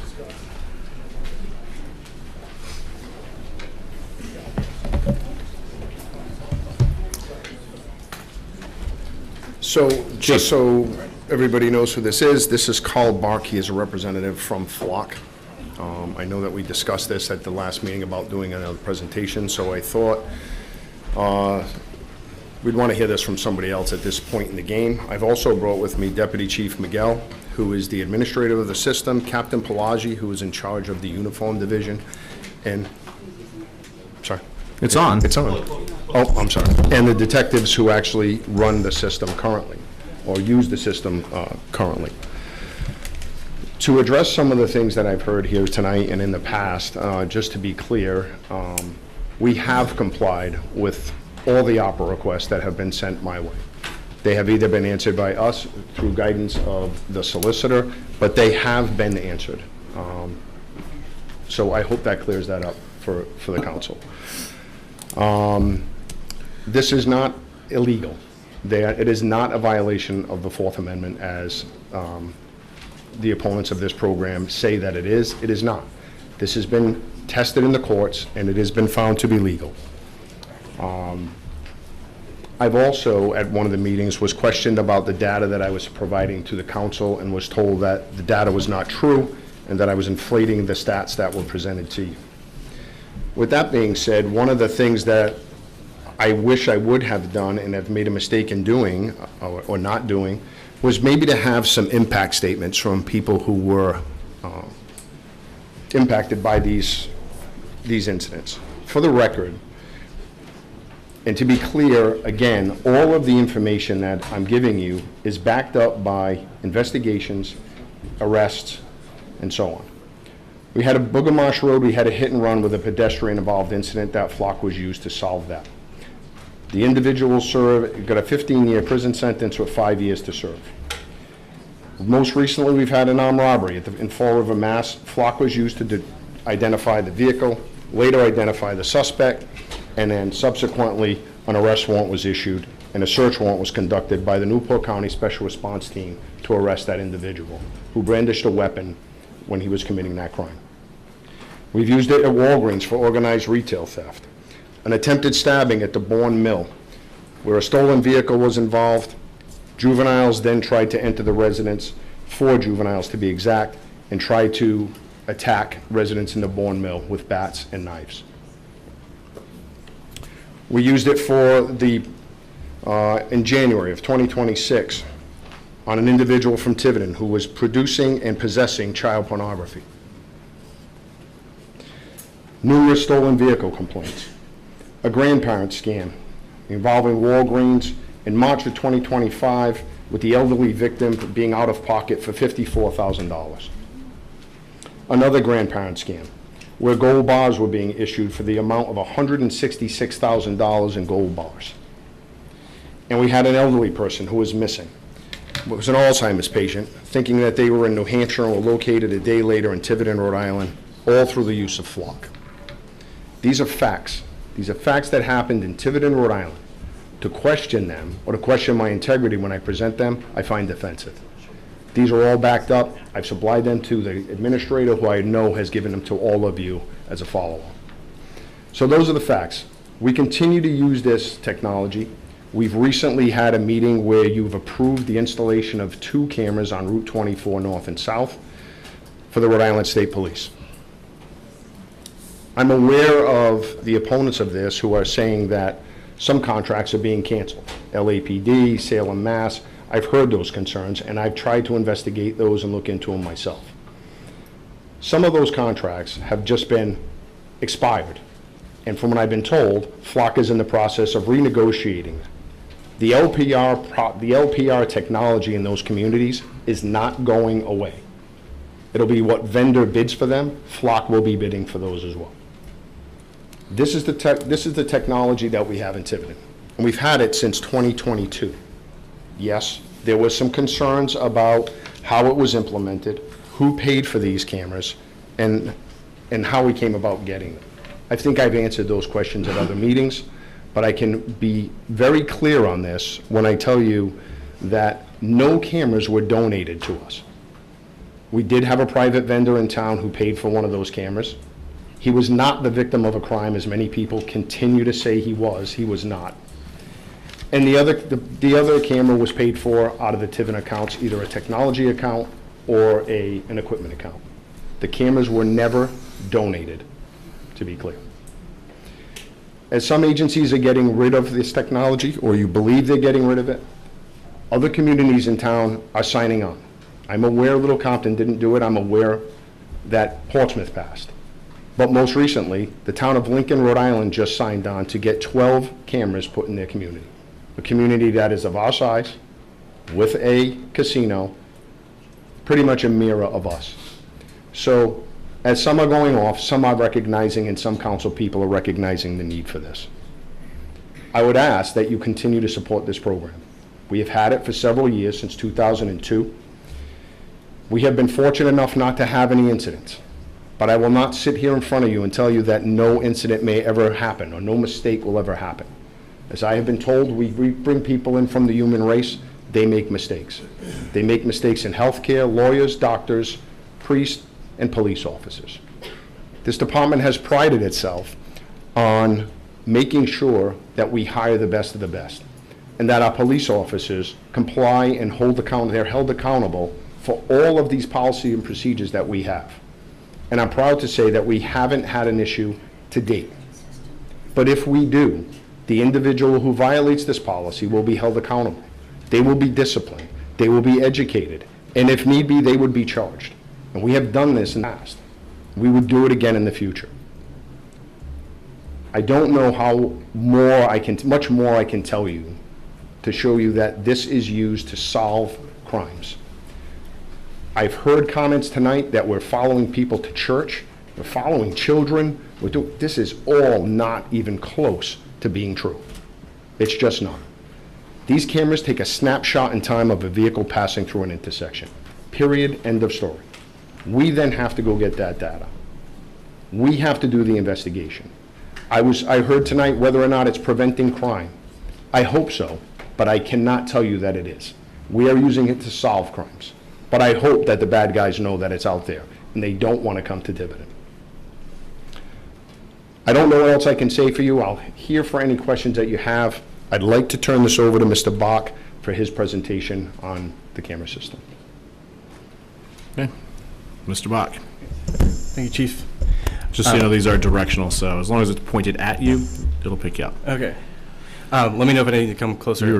Perfect. Thank you for this opportunity. My name is Carl Bach. I'm a public affairs manager with Flock Safety. Chief invited us to give a brief presentation about the Flock license plate recognition cameras. And we are trying to get something up on the screen, but I'll just run through it and take questions after. So you're all very familiar with the automated license plate readers. It's a technology that's actually been around for quite some time. The new technology includes what you'll see on public streets. It's usually on a pole on its own or on a municipal pole. It's got a solar array and a camera that takes photos as cars pass by. The cameras are positioned to take a photo of the rear of a vehicle to capture license plate and other distinguishing characteristics of the vehicle. It's important to know that this is only used for identified law enforcement investigations and provides law enforcement with precision in identifying a suspect vehicle that's part of identified crime. So what does Flock ALPR do and what does it not do? So like I said, the license plate cameras, they take a picture of a vehicle in a point of time. It's not video. This is on a public road. It captures make, model, and color, license plate of the rear vehicle. It only is used to support criminal investigations, and each search that an officer runs on this system is recorded permanently in an audit log. What does it not do? So there's no facial recognition in the ALPR system. It does not allow for the search of people, pets, or clothing. Again, it's looking for the piece of plastic and metal of the rear of a vehicle. It is not connected to DMV systems or any publicly identified information. We don't know who's in the car, who's operating the vehicle. This does not generate automatic traffic tickets. This is not a speed camera. This will not send you a ticket if you don't stop fully at a stop sign. And this does not track vehicles continuously. It takes a photo when a vehicle passes a camera, and we don't know where it goes after that. What's important to know is that in order to access this system, you have to be authorized by the local authority, your police department. Each individual officer who has access to the system has an individual login, and when they log in and conduct a search, they must conduct a couple things. They have to select from a pre-selected number of offense types. This could be stolen vehicle, arson, burglary, and also has to include a case number. This becomes part of the permanent audit log. There's no way to conduct a search through Flock's technology that's not going to be able to be reviewed. It goes into the permanent audit log. The search will return a still photo of a rear of a vehicle, matching the description of the license plate or the other attributes of the vehicle. So what's often the case is if there's a hit and run, someone may not have the wherewithal to remember the exact alphanumeric characters of a license plate, but they might be able to give you make, model, or color. That's incredibly helpful for law enforcement to enter into the Flock system to identify the suspect vehicle that might be fleeing the scene and bring justice to victims. So privacy and data security are topics that come up quite a bit, so just to tackle that. The data is 100% owned by the customer. That's you. It will never be sold by Flock. Private customers are able to share their networks with law enforcement, but they don't get any law enforcement information. The data is permanently and irreparably deleted after 30 days by default. It goes in scheduled for deletion, and it cannot be recovered. We've had law enforcement agencies reach out, try to recover data after the 30th day, and it's impossible for us to pull that information. Like I said, the Flock LPR only takes image of publicly available information. This is a government-issued license plate displayed on the rear of a vehicle on a public street in plain view. And only your agency decides who to share it with, not Flock. You have a one-to-one sharing permission. All data that the cameras collect is encrypted at rest and in transit. These are not cameras that are open to public Wi-Fi. This is information that is held under the tightest cybersecurity standards because it's criminal justice data. So to be compliant with the FBI's Criminal Justice Service, the CJIS, We need to maintain frequent audits from third-party auditors. This is not a one-time thing. This is a constant piece. We also have data security and cybersecurity folks who monitor our own security and hardware and software over months to ensure that we're complying with our own security standards.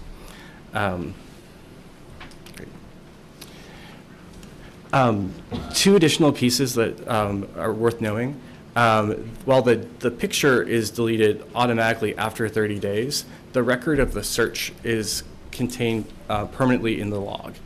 So if an officer runs a search for a stolen vehicle, that's information that the department, under their policy, will review monthly to make sure that search was a authorized police use. We also have an ability to aid in the auditing of the audit log, so that if there is a pattern of unusual search behavior, that can be flagged for the administrator to take further investigation. We believe that any misuse of this technology cannot be tolerated, whether it's through administrative or other functions. We need to ensure that this tool is being used for the purpose that it's here for. One other thing that we provide to customers and that you have set up is the transparency log.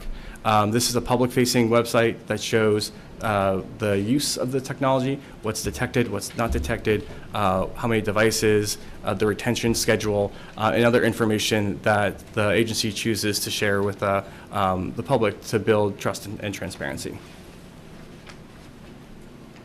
Maybe just a few facts and myths, and then we'll wrap up here. You hear sometimes that LPR systems can track people and show police everywhere you go. This is untrue. This is a point-in-time photo of a rear of a vehicle, and any images that aren't being used for an investigation are automatically deleted after 30 days. Courts have consistently shown that this is not a violation of any Fourth Amendment protections, because again, your license plate is on public view, on a public road, in plain sight. Courts across the country have consistently held that this is permissible use, including the 9th and 11th circuits, showing that this is not track everywhere a person goes. Indeed, one final thing before we wrap up. There's a couple organizations that see value in this technology. One is the National Center for Missing and Exploited Children. This is the organization that runs the nation's Amber Alerts. They've seen that cases have been resolved thanks to the swift action enabled by this technology. This is a case where hours and days really do make a difference between life and death. And agencies who are able to quickly communicate in cross-jurisdictional incidents can help resolve and bring justice and reunite families. The Oakland chapter of the NAACP has cited this as a powerful tool to reduce bias in policing because the cameras help identify a vehicle associated with a known crime and removes a suspicion and instead adds objective evidence for an investigation. And finally, Mothers Against Drunk Driving has supported this technology, citing that it increases post-crash responsiveness and accountability.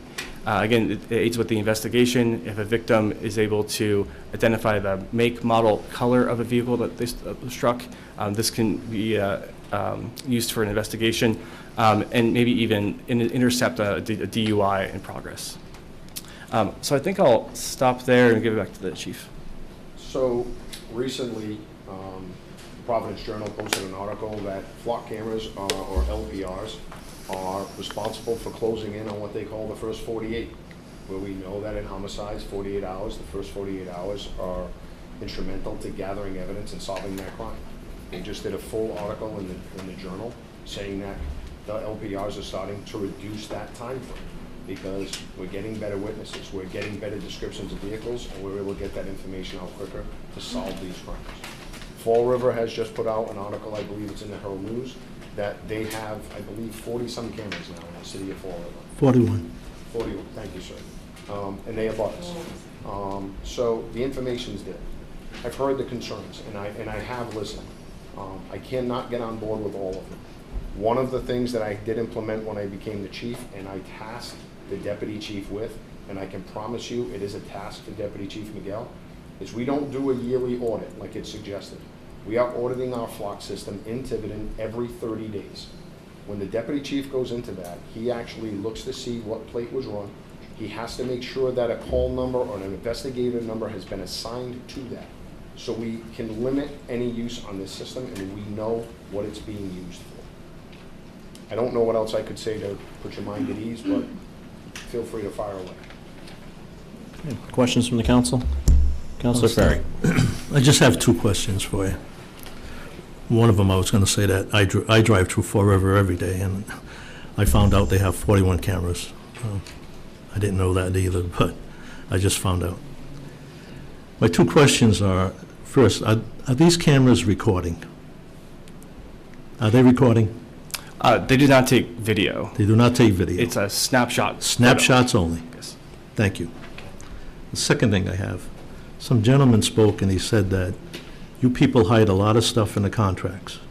What are you hiding in our contract? So we're not hiding anything in your contract. Your solicitor would be the best person to talk to about that. But if I can also... We don't have a contract yet. So that was brought up as well. We haven't signed the contract because I promised you that I would come before you tonight before we have anything. So currently, I don't have a contract. But we need to decide what we're going to do here with Flock, because normally it would expire June 30th.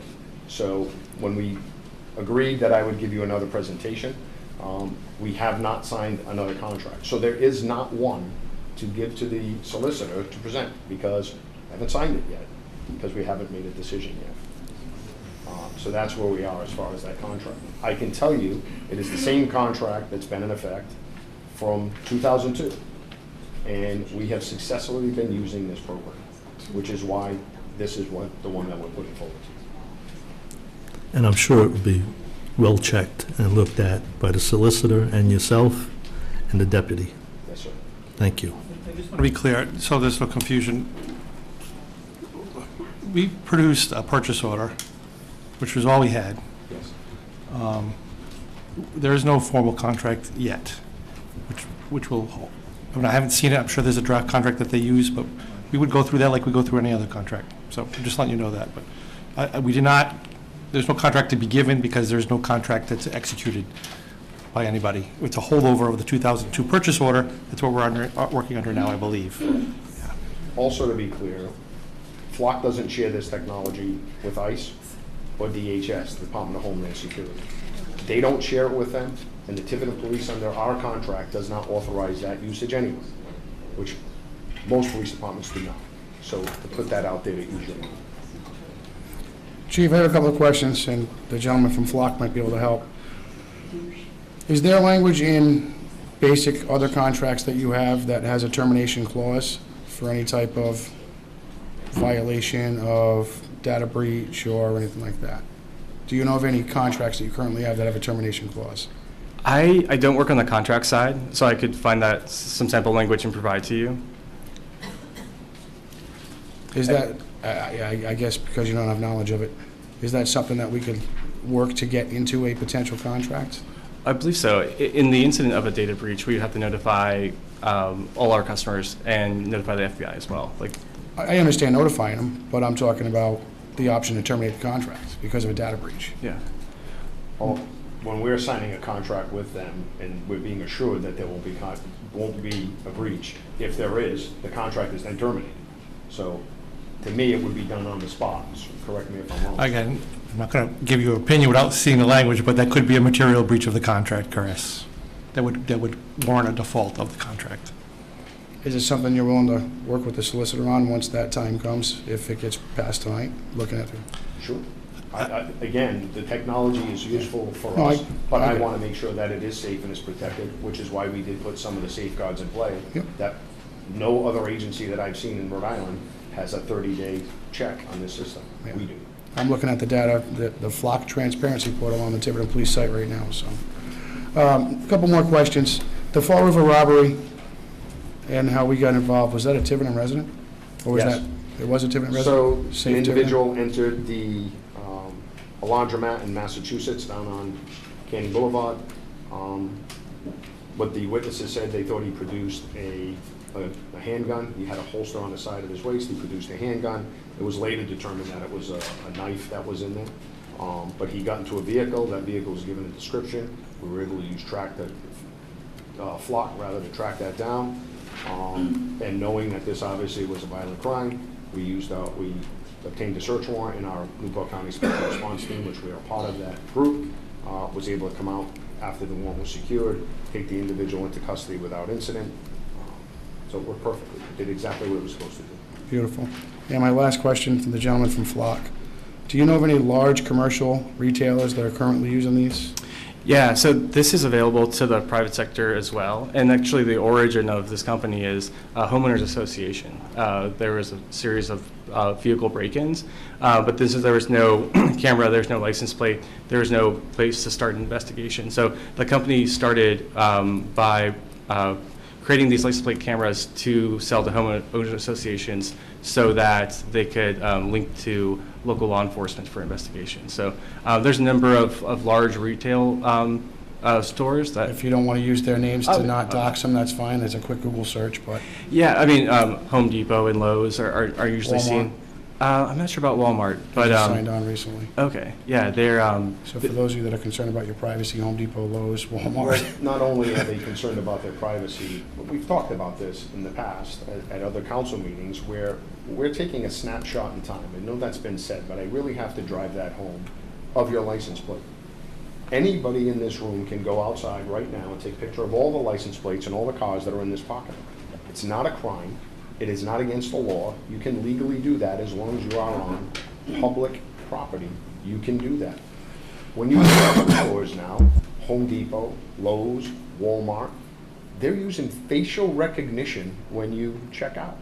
We're not looking to do that. I don't even know who's driving the car. We still continue to shop at Home Depot, Lowe's, Walmart, and all these places that have this technology. We can't back off of this because what if something happens? What if there's a breach? Hospitals are breached. Online banking is breached. I'm sure everybody in this room is using online banking. Credit cards are hacked. I'm sure your credit card company will send you another credit card and forgive the debt that's on there. We cannot move forward with the what ifs. If something happens, we'll correct it, we will move forward. You can't walk around Stop and Shop without running into that robot. I don't like that robot. And I worked for Shaw's, and you're being watched. Councilor Janik? Do you know if there's any Rhode Island state law that discusses Flock or, any of the other companies, the license plate readers? So currently, right now, there is none. I know the Chiefs Association is working on it, but currently no. Okay. And no disrespect, I value protection, but I'm concerned. But our item here on the agenda is possible vote to approve the contract. I have a hard time approving a contract I haven't seen. Thank you. Thank you. Yes. I want to know what I'm saying yes to. I thought that you had the contract. Did you send us the new contract, or you sent us the old contract? So you have the contract that's up tonight. It's also a copy in front of you. And also was emailed to you by the clerk. I don't have. The printed copy's right in front of you. Is this the actual? What's the quote? That's the PO. Yeah. That's not an actual service contract. This is an order form. Yeah. This is not a contract. Charter amendments. What's that? Yeah.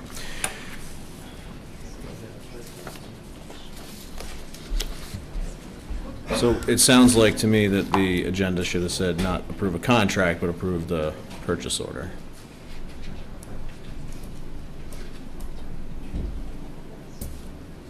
Perhaps, yes. Yeah. What you got sent from the chief was what I assume Flock has provided, and is what they need to move forward. But it's a purchase order. Correct. So let me ask this question The language is in the purchase order. So let me ask this question then. Is there a subsequent service contract that gets signed? We say, go, we're going to buy these cameras, right? We complete the purchase order. Then I'm sure there's some sort of a service contract that follows? We can follow up with a master service agreement that has the level of detail that you would need to feel comfortable. There is a reference to the master service contract. Yeah. I believe that the language was in the packet. There's a reference to the master service, but it's not the master service. Why wasn't that provided to me? When I asked for it. Because it's not executed yet. Anything?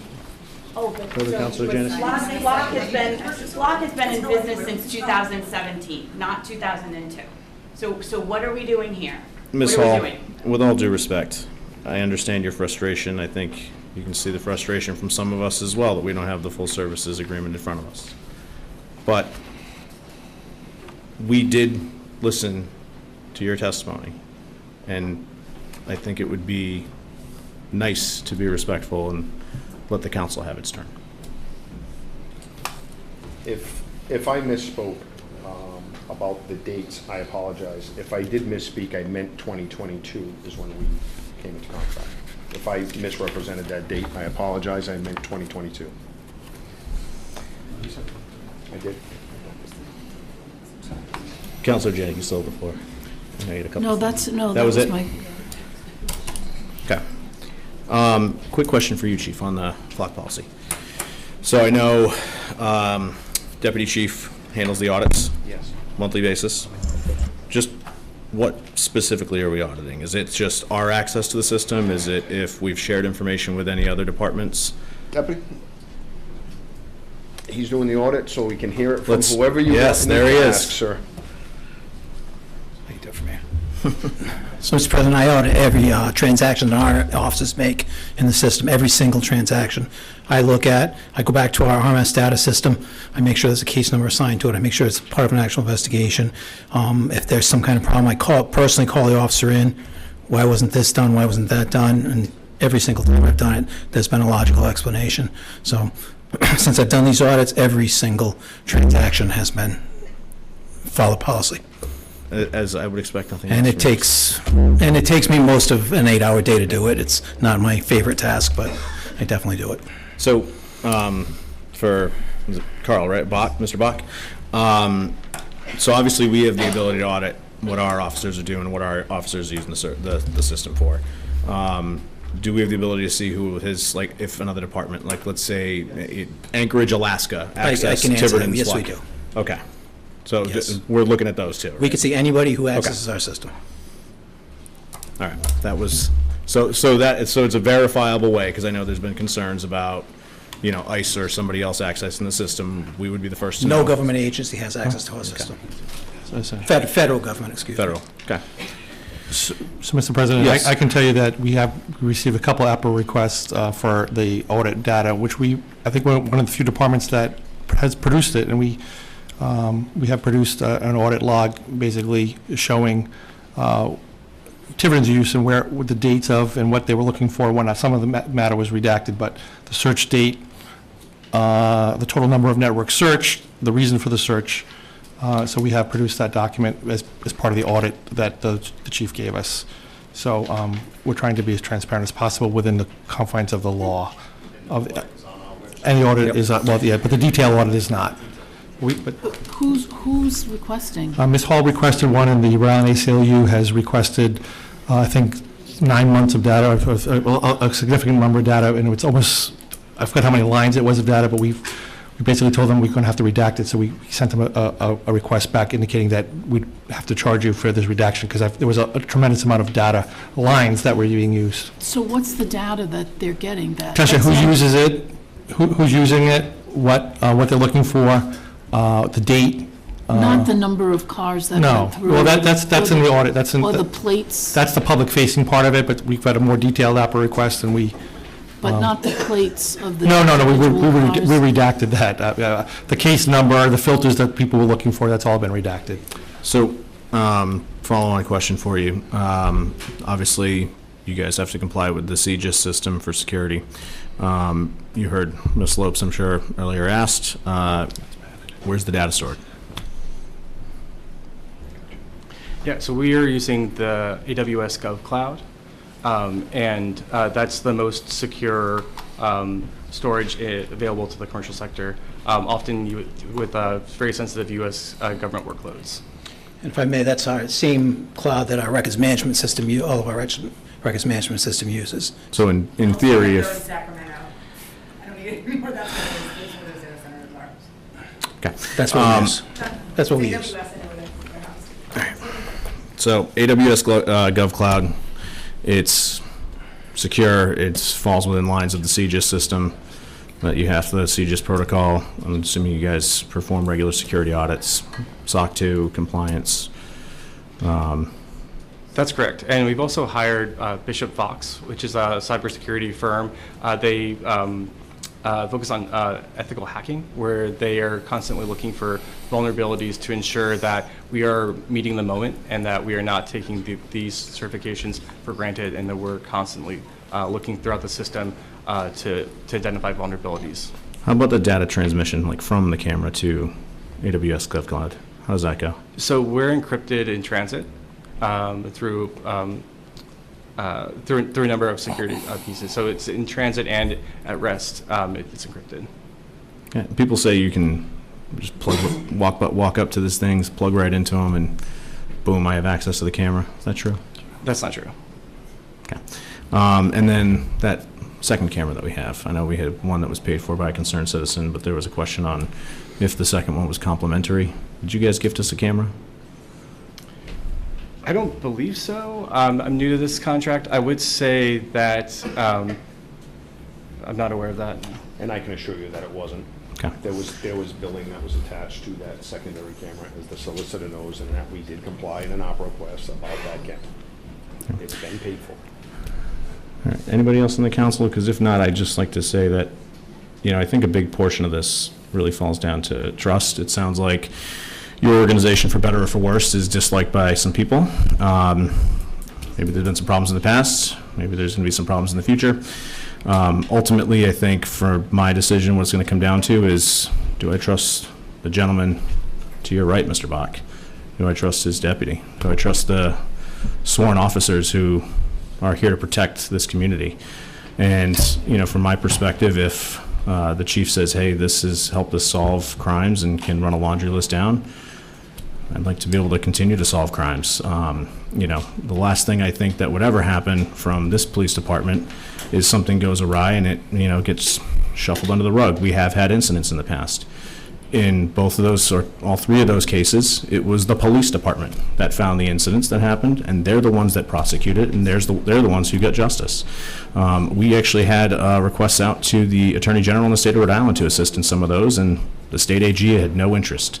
So, I think our department is probably one of the highest when it comes to integrity, especially when it comes to taking care of their own. So, Chief, in my opinion, if you say you need it and you say right now there's no problem, I wouldn't be shocked if there ends up becoming a problem down the line and you come back and say, hey, we need to get rid of these things.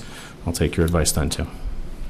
And that's what we do. Thank you. Mr. President, can I just add, for those of you that just looked up AWS GovCloud like I did, they literally handle high sensitivity government information, mission control, mission critical information. So this is certainly not a Secretary of Defense playing with signal.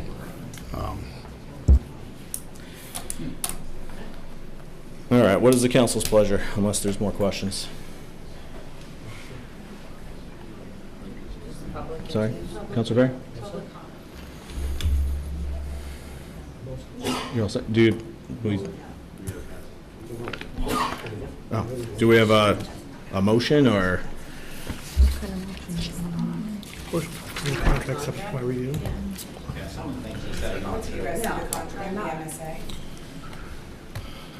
So, Mr. Solicitor, if we're going to make a motion, obviously we can do something with this. If we're going to make a motion, since we haven't voted, we can't vote to approve a contract that you haven't seen. Correct. Yeah, that's correct. Or you could make a motion to approve the contract subject to my review and sign off. That's your choice. Yeah. Counselor? So I would make the motion to approve the contract for the automated license plate reader services, subject to the solicitor's review and a termination clause for cause. Second. Motion's been made and seconded. Any further discussion? Hearing none, all those in favor? Opposed?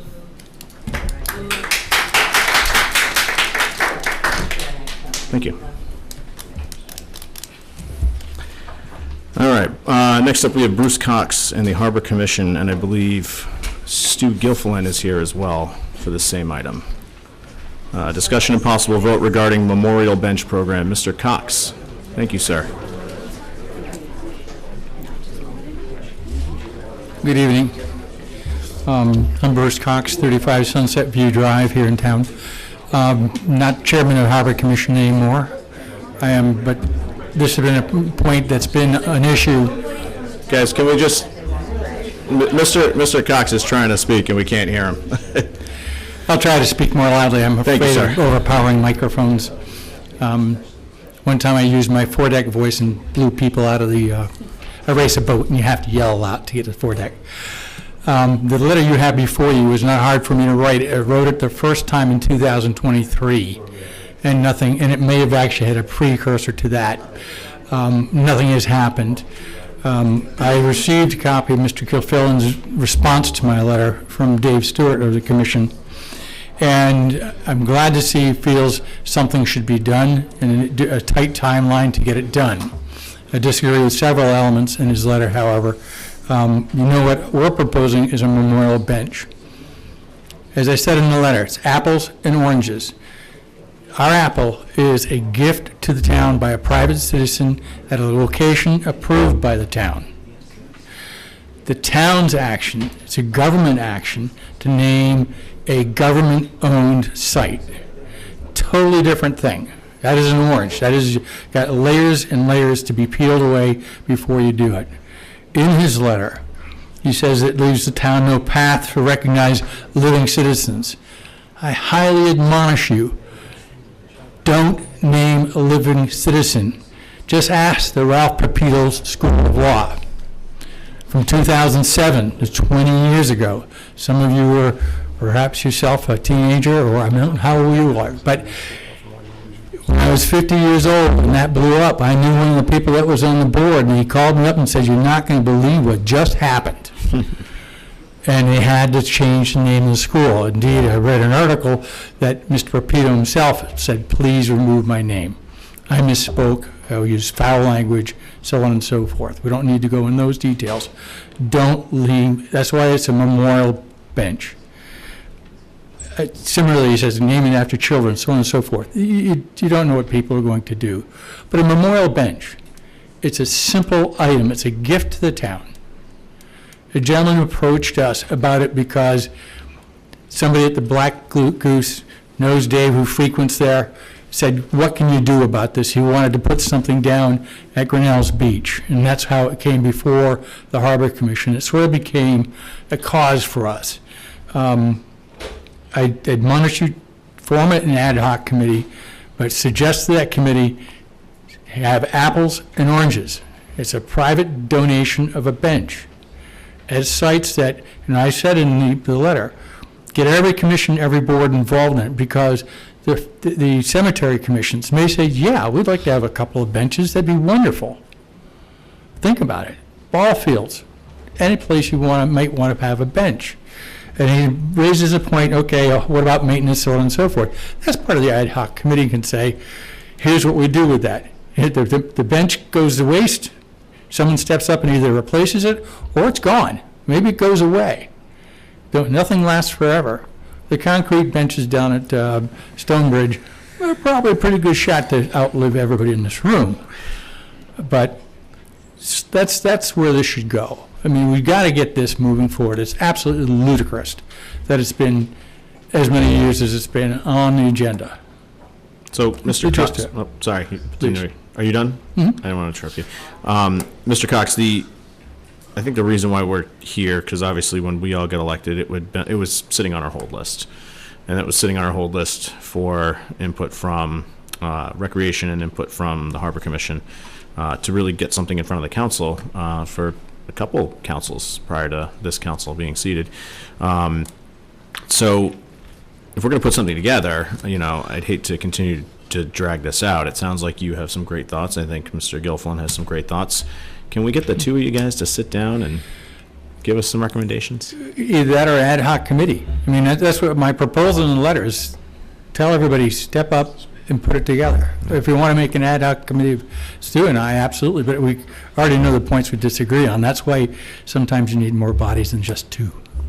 Stu, I think you had something you wanted to add to this discussion, and obviously. This is why it came off the whole list. Okay, sure. Make it Bruce stand? No, he's one tough old guy. I think that there are a couple things just to take note of. For one, I would say that we're in violent agreement at the idea of needing to come up with a resolution to this and come up with a naming policy. I think where we differ in this is, yes, you make a valid point about there can be concerns around who you name a resource for, be it a bench or a building. That's the intent of the policy, is to help provide vetting within that to ensure that you do the best possible thing you can to avoid having those problems. I would point out that when we talked about, Recreation talked about extending it to people that are living, the requests were coming from grandparents who wanted to name buddy benches after their kids, right? So it wasn't necessarily an issue that I think is applicable for that particular example. I would also say that at the administrator's suggestion, a number of us are meeting on Thursday. I think there are 3 committee chairs, including the open space chair and the planner, just as a starting point to that discussion. But I would agree that having an ad hoc committee makes sense. I think the fundamental difference in this is we have no guidelines as a commission for doing naming rights on other items. And the area in particular that the Harbor Commission is looking to do memorial benches is actually under Recreation's purview. So what we're looking to do is, there's no disagreement on the need for a policy around memorial benches. We're just looking to make sure we have something more holistic, so there's a roadmap for us to follow in the future. So I think that's where the distinction is. Does that sound fair, Mr. Cox? I think mine is very simple, and the other holistic policy is more complex, but certainly willing to try to work it forward. I mean, that's just. If you wouldn't mind, because if this goes back on the hold list and it's here in November. It's going to be over a year in 6 months otherwise. Yeah. I would be more than sit between the two. I'm more than happy to sit between the two of you, so. I think, again, I don't think there's any issues with animosity here. I think we just have No, we're slightly friendly. different perspectives. We're both involved with the Marines. We'll schedule a fight club. It'll be fine. That's right. So that's for Hooper Street Park. Correct me if I'm wrong here. So it sounds like, Stu, you want something more holistic, right? We have an issue where if somebody wants to buy a bench in memorial of someone else, right, Mr. Cox has a more streamlined approach for policy. Would it be possible to narrow it down to just the memorial benches for now? Doesn't have to be set in stone or in concrete as a bench, but at least it gives us something to go on, and then we can revisit. Sure. I would offer that if a ad hoc committee was put together and part of the charge was doing that, and you were all right with us putting forth a component of the policy with the understanding that a larger outcome needed to be resolved, then yeah, I think that'd be fine. I think if it was just a matter of we're going to do the memorial bench and then we're done. Because correct me if I'm wrong, but right now, since we have no formal policy adopted, we have, essentially nothing from the committees. If somebody comes in front of the council and says, I want to buy a bench to remember my grandfather and I want to put it at Grinnell's Beach, we could ask for your input or we could just do it. You do actually have draft submissions from both of our committees that were submitted, I think probably 2 years ago. The distinction is that they are different as kind of what you're hearing here, and that's why having a committee that would be able to sit down and evaluate, which those discussions have not occurred at this point, would be, I think, valuable at that point. So really, we're talking about reconciliation between the Senate and the House. It's not that. With snacks, yeah. I am a paragraph or a subsect, a subparagraph of the overall policy. And just one little simple thing, memorial bench. Here's talking, and I'm glad to work with him on it. If it moves memorial benches forward, by all means. All right. Can we move the memorial benches forward, and then we can talk about it ad hoc committee? I mean, as you guys know, we're proposing charter amendments to reduce the size of committees. Adding another one may or may not work. Well, my ad hoc committee says 90 days. That's so you can move Christmas gifts at memorial benches. And I think we would share that timeline view. I don't think we want to spend a lot of time on this, candidly. All right. Mr. Solicitor, anything for us to do here other than, no? Continue into the next agenda, let us meet, and then I'll report back after Mr. Cox. Sound fair, gentlemen? Sounds fair. Okay. Thank you. All right, next item on the agenda is receipt of recommendation from Planning Board related to amending zoning ordinance District Use Table Article 4, District Use Regulations, Section 18, Age Restricted Mixed Use Community, subsection B1, C, L, and M, and request to advertise the proposed amendment for a public hearing. I'd like to entertain a motion to advertise for public hearing, which would be in at least 3 weeks of advertising. Do I have that motion? So moved. Do I have a second? Motion been made and seconded by Councilor Janik. Any further discussion? Hearing none, all those in favor? Councilor Perry is in favor. Next item on the agenda is Administrator Jones. Discussion and possible vote to authorize the administrator to reimburse the city of Woonsocket for $10,000 because apparently we have another police officer. Firefighter. Firefighter, sir. Thank you, Mr. President, members of the council. So this actually has been as a result of the lateral transfer law that went into effect under the last General Assembly. And I know how your feelings are, because they're my feelings as well, that we were the victim of this for many a year, and now it seems like we are the suspects in having to pay this out. I will say that I had conversations with the mayor and the former fire chief, along with our current fire chief. We're involved in these negotiations because it started under Chief Bailey. And there were some nuances with the city of Woonsocket's interpretation of the law. I can assure you that this amount was higher, almost double. So what we did through our legal counsel, through the chiefs and myself, and the mayor's office in Woonsocket, came to a equitable agreement. And so what I'm asking for you to do tonight is authorize me to work with its Attorney Cavazza for a reimbursement to the city of Woonsocket not to exceed $10,000. I'd like to entertain a motion for such. So moved. Motion's been made, seconded by Councilor Janik. All those in favor? Okay. Next item is Administrator Jones' discussion and possible vote to award the professional audit services contract to Haig Sahadi and Company, PC. This has been our auditor and I believe sole bidder in this instance, correct? Yes, sir. Okay. Just authors, after speaking with the solicitor and obviously the treasurer, per the charter, you must authorize this. So that's why this is in front of you tonight. I'd like to entertain a motion to award the professional audit services contract to Haig Sahadi and Company. Motion by Councilor Perry, seconded by Councilor Janik. Any further discussion? Hearing none, all those in favor? Thank you. Now for the lengthy part of our discussion here, or maybe it'll be quick. You want a 5-minute break, sir? Let's take a 5-minute. Vote on this and go to break. No, this. We gotta go back and do the charter questions. We got all the charter. That's a must-do tonight, right? We have to do this tonight. Do this tonight. Yes, 3 minutes. We're gonna do 3 minutes. Okay? You can do more than that.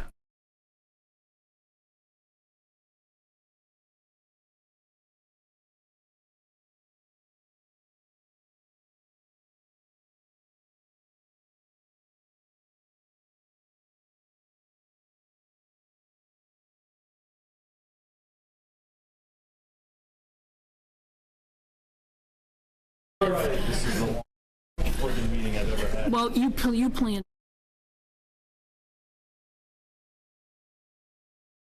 All right, are we ready to rock and roll? Okay. All right, so now we get discussion and final vote on amendments to the charter amendments and their corresponding ballot questions as continued from July 20th, 2026. Up first, we have Article 4, Town Council, Section 401. Mr. Solicitor, have you made any alterations since we had this discussion?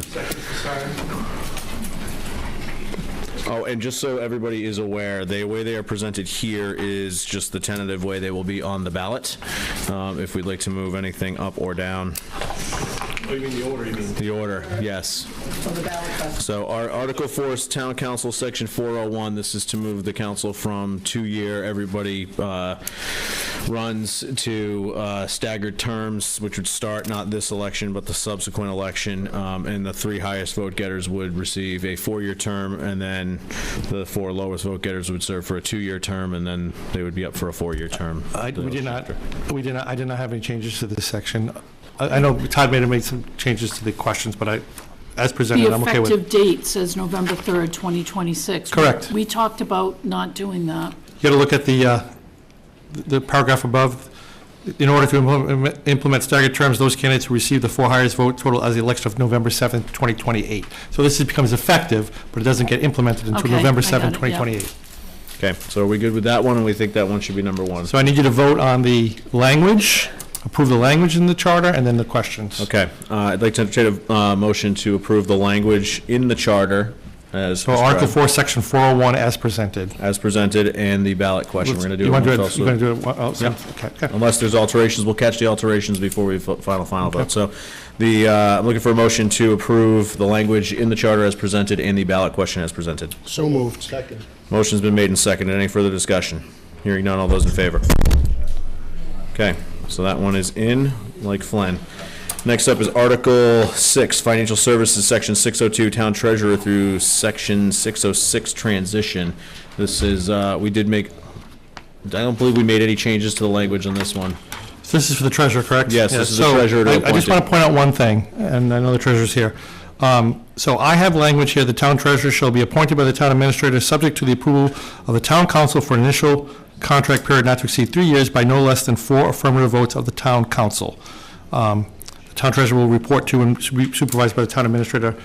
I looked, after seeing this, I looked at the other language for all the other appointed positions, not the clerk, but the treasurer, and they all have this language. The town treasurer shall be appointed by the town administrator with the approval of the town council for an initial contract period not to exceed 3 years, period. Renewal contract shall not exceed 3 years. That's for the police chief, the fire chief, and whatnot.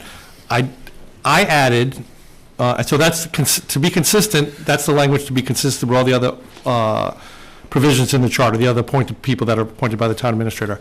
I added this, 4 affirmative votes of the town council for this position as well as the town clerk's position for a reason, but I wanted to point out that the reason is that you would need 4 affirmative votes.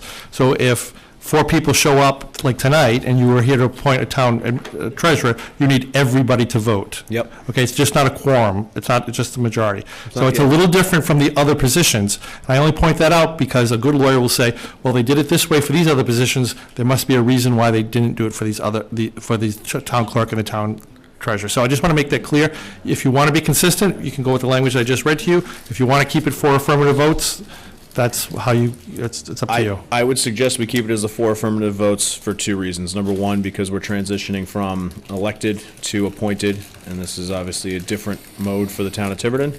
And then number 2, we're talking about effectively the chief financial officer and the chief operating officer for the town. And so I would think that the board would want to be a majority of the board that would approve those. Well, at least 4. At least 4, which would be a majority. Correct. But tonight would be 4. It would have to be unanimous. If this vote was taken tonight, it would have to be a unanimous vote. Just make sure we don't do it when there are 3 people vote. All right. I'm just pointing that out. Oh, you're saying, so tonight it has to be. No. If tonight we were appointing a treasurer, this was okay. passed. All right. You were saying to approve the language. No, I'm sorry. If tonight, assume this was passed, and tonight we have a treasurer before us, there's only 4 people here, every person would have to vote yes, or that person would not be appointed. And I personally think that is. I just wanted to point out that difference. It's different from the other positions, the police chief, the fire chief, and the other positions. Mr. Administrator, you have the thought. And I would say that the town administrator should make sure that the whole council is seated if he or she is presenting the next treasurer, the next town clerk. I just want to point out that difference. There is a distinction that has been made, and I wanted to explain why I did that. Okay.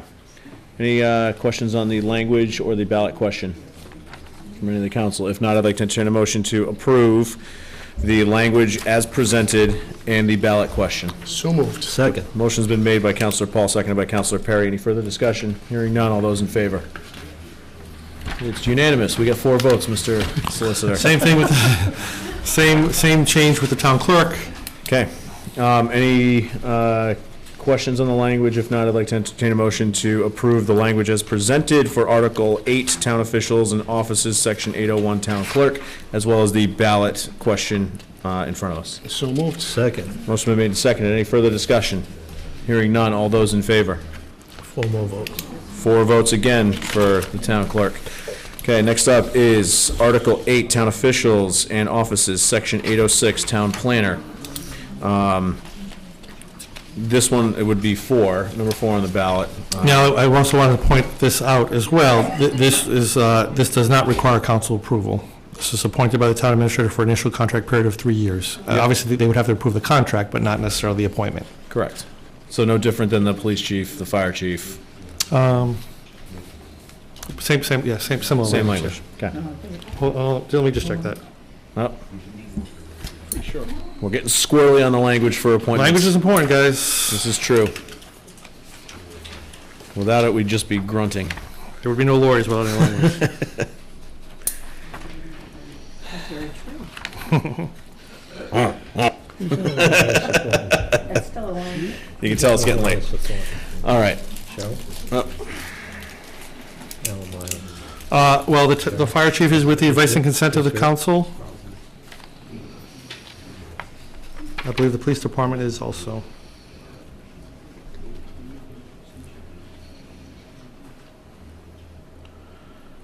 The approval of the contract. Yeah, and so this is a little different. The planner does not have an approval of the town council. So I would posit that we would want to have the language reflect the exact language for the appointment process as the police chief and the fire chief. Okay. So just make that amendment. Recognizing that this is a important position.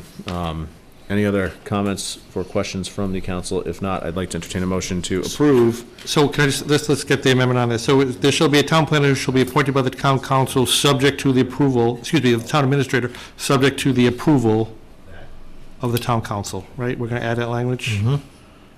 What does there say, advice and consent? For an well, advice and consent, they use all different kind of language, but you can choose. Pick one.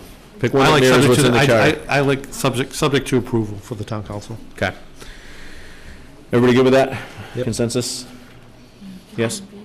Nope. So now I'd like to entertain a motion to approve the language as presented and amended and the ballot question for Article 8, Town Officials and Offices, Section 806, Town Planner. So moved. Second. Motion's been made by Councilor Paul, seconded by Councilor Perry. Any further discussion? Hearing none. All those in favor? Okay. Next one on the list is Article 2, Elections, Section 204, Transfer of Town Land, and Article 4, Town Council, Section 407. So this was a change. We combined it, as you mentioned at the last meeting, so this will be one question. All right, are we still good with the one question? Okay. Any alterations to the language? Or ballot question? Hearing none, I'd like to entertain a motion to approve Article 2, Election, Section 204, Transfer of Town Land, and Article 4, Town Council, Section 407, as presented, and the ballot question that accompanies it. So moved. Second. Motion been made by Councilor Paul, seconded by Councilor Perry. Any further discussion? Hearing none, all those in favor? Okay. Next up is Article 7, Budget Committee, and Article 3, Annual Budget Process, Financial Town Referendum, Section 301B6, Budget Committee. This would eliminate the Budget Committee and replace it with a reserved line item. Any questions on the language? Well, there really is no language. It's elimination of all language. If not, I'd like to entertain a motion to approve the amendment as presented and the ballot question that accompanies it. So moved. Second. Motion's been made and seconded. Any further discussion? Hearing none, all those in favor? Okay, next item is Article 10, Boards and Commissions, Section 1008, Tiverton Harbor and Coastal Waters Management Commission. This would reduce the number of harbor commission members from 9 to 7. Are we good with the language? And remove the planning board member. And remove the, well, yeah, that's how we're going from effectively 9 to 7 by removing the planning board member and removing one harbor commission member. Okay. Any questions on the language? If not, I'd like to entertain a motion to approve the amendments as presented and the budget commission, or the budget question that accompanies it. So moved.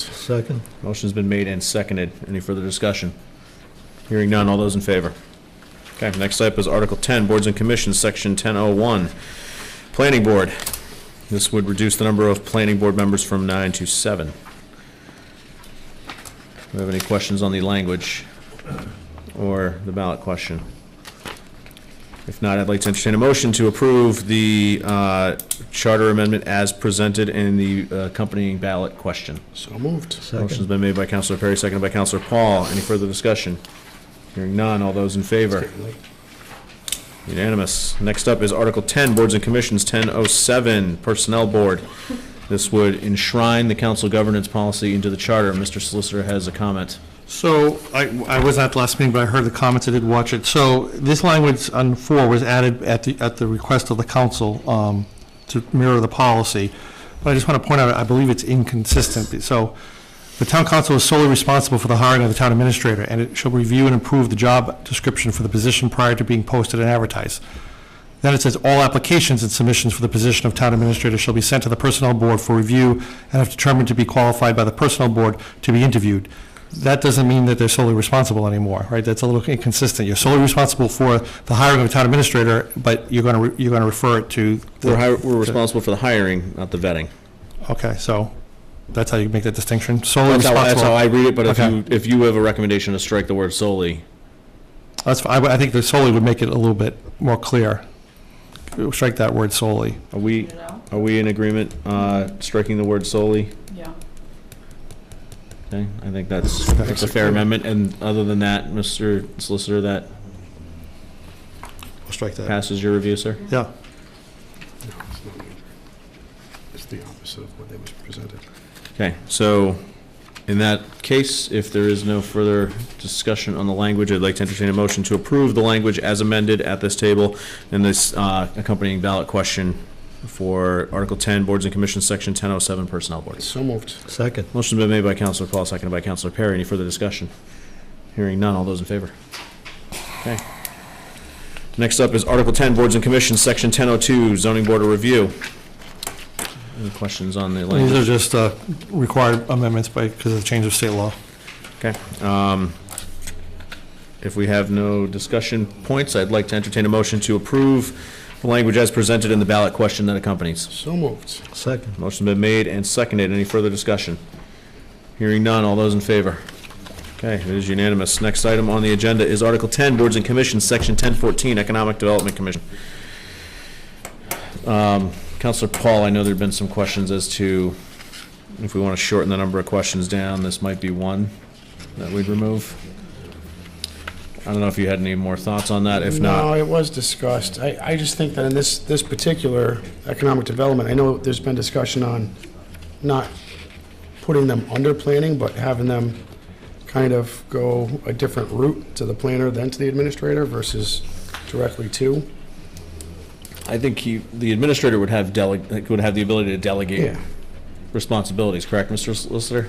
Yeah, this doesn't change that. This just was kind of clarified some of the old language and updated the language, but this has nothing to do with a report to or anything like that. No, I know. It's just, it's the amount of language that was put in here versus the duties they kind of handle already. I don't know if there's one to shorten it. Otherwise, 12's not horrible. We started with what, 14 or 15? Yeah. Yeah. We'll combine some. I don't think. No, I would agree. Yeah. All right. I'm not worried about that one. In that case, I'd like to entertain a motion to approve the language for Article 10, Boards and Commissions, Section 1014, Economic Development Commission, and accompanying ballot question. So moved. Second. Motion's been made by Councilor Paul, seconded by Councilor Perry. Any further discussion? Hearing none, all those in favor? Final. Article 11, School Department, Section 1101, School Committee. This would prevent Councilor Perry from filing charter complaints against the school committee for not complying with their annual elections. I'm still filing. There's still time, that's correct. Good, Ms. Janik. Any questions? So this language, I believe, came from the Charter Commission.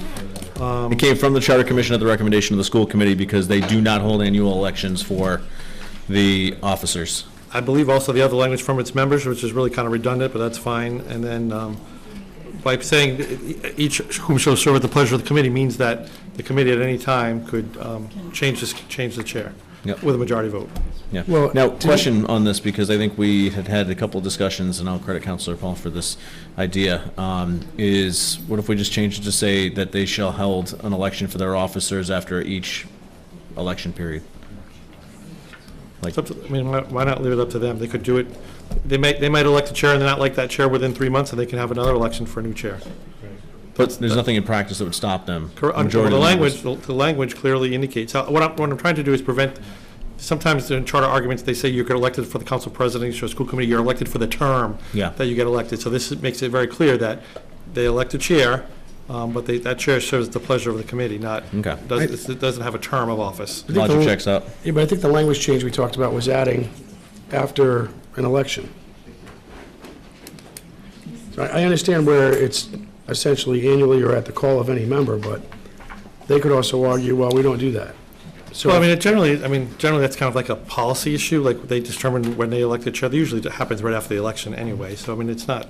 In practice, that's what it's been. Yeah, I mean, it's. well, since in inception. practice, it's been annually based on the charter. Well, yes, Madam Clerk. Exactly, that's what I'm saying. But you're saying policy, the charter says annually. Well, it now yeah, I says- think I think like the zoning board, the planning board, I think their policies indicate that they elect a chair every year. I'd like to hear Madam Clerk's thoughts. I just want to make sure that you have read the response from the school committee chair. She was unable to make it tonight, but she did send a email, and it's provided in your backup. And their intention was just to remove the word annual. That was their recommendation.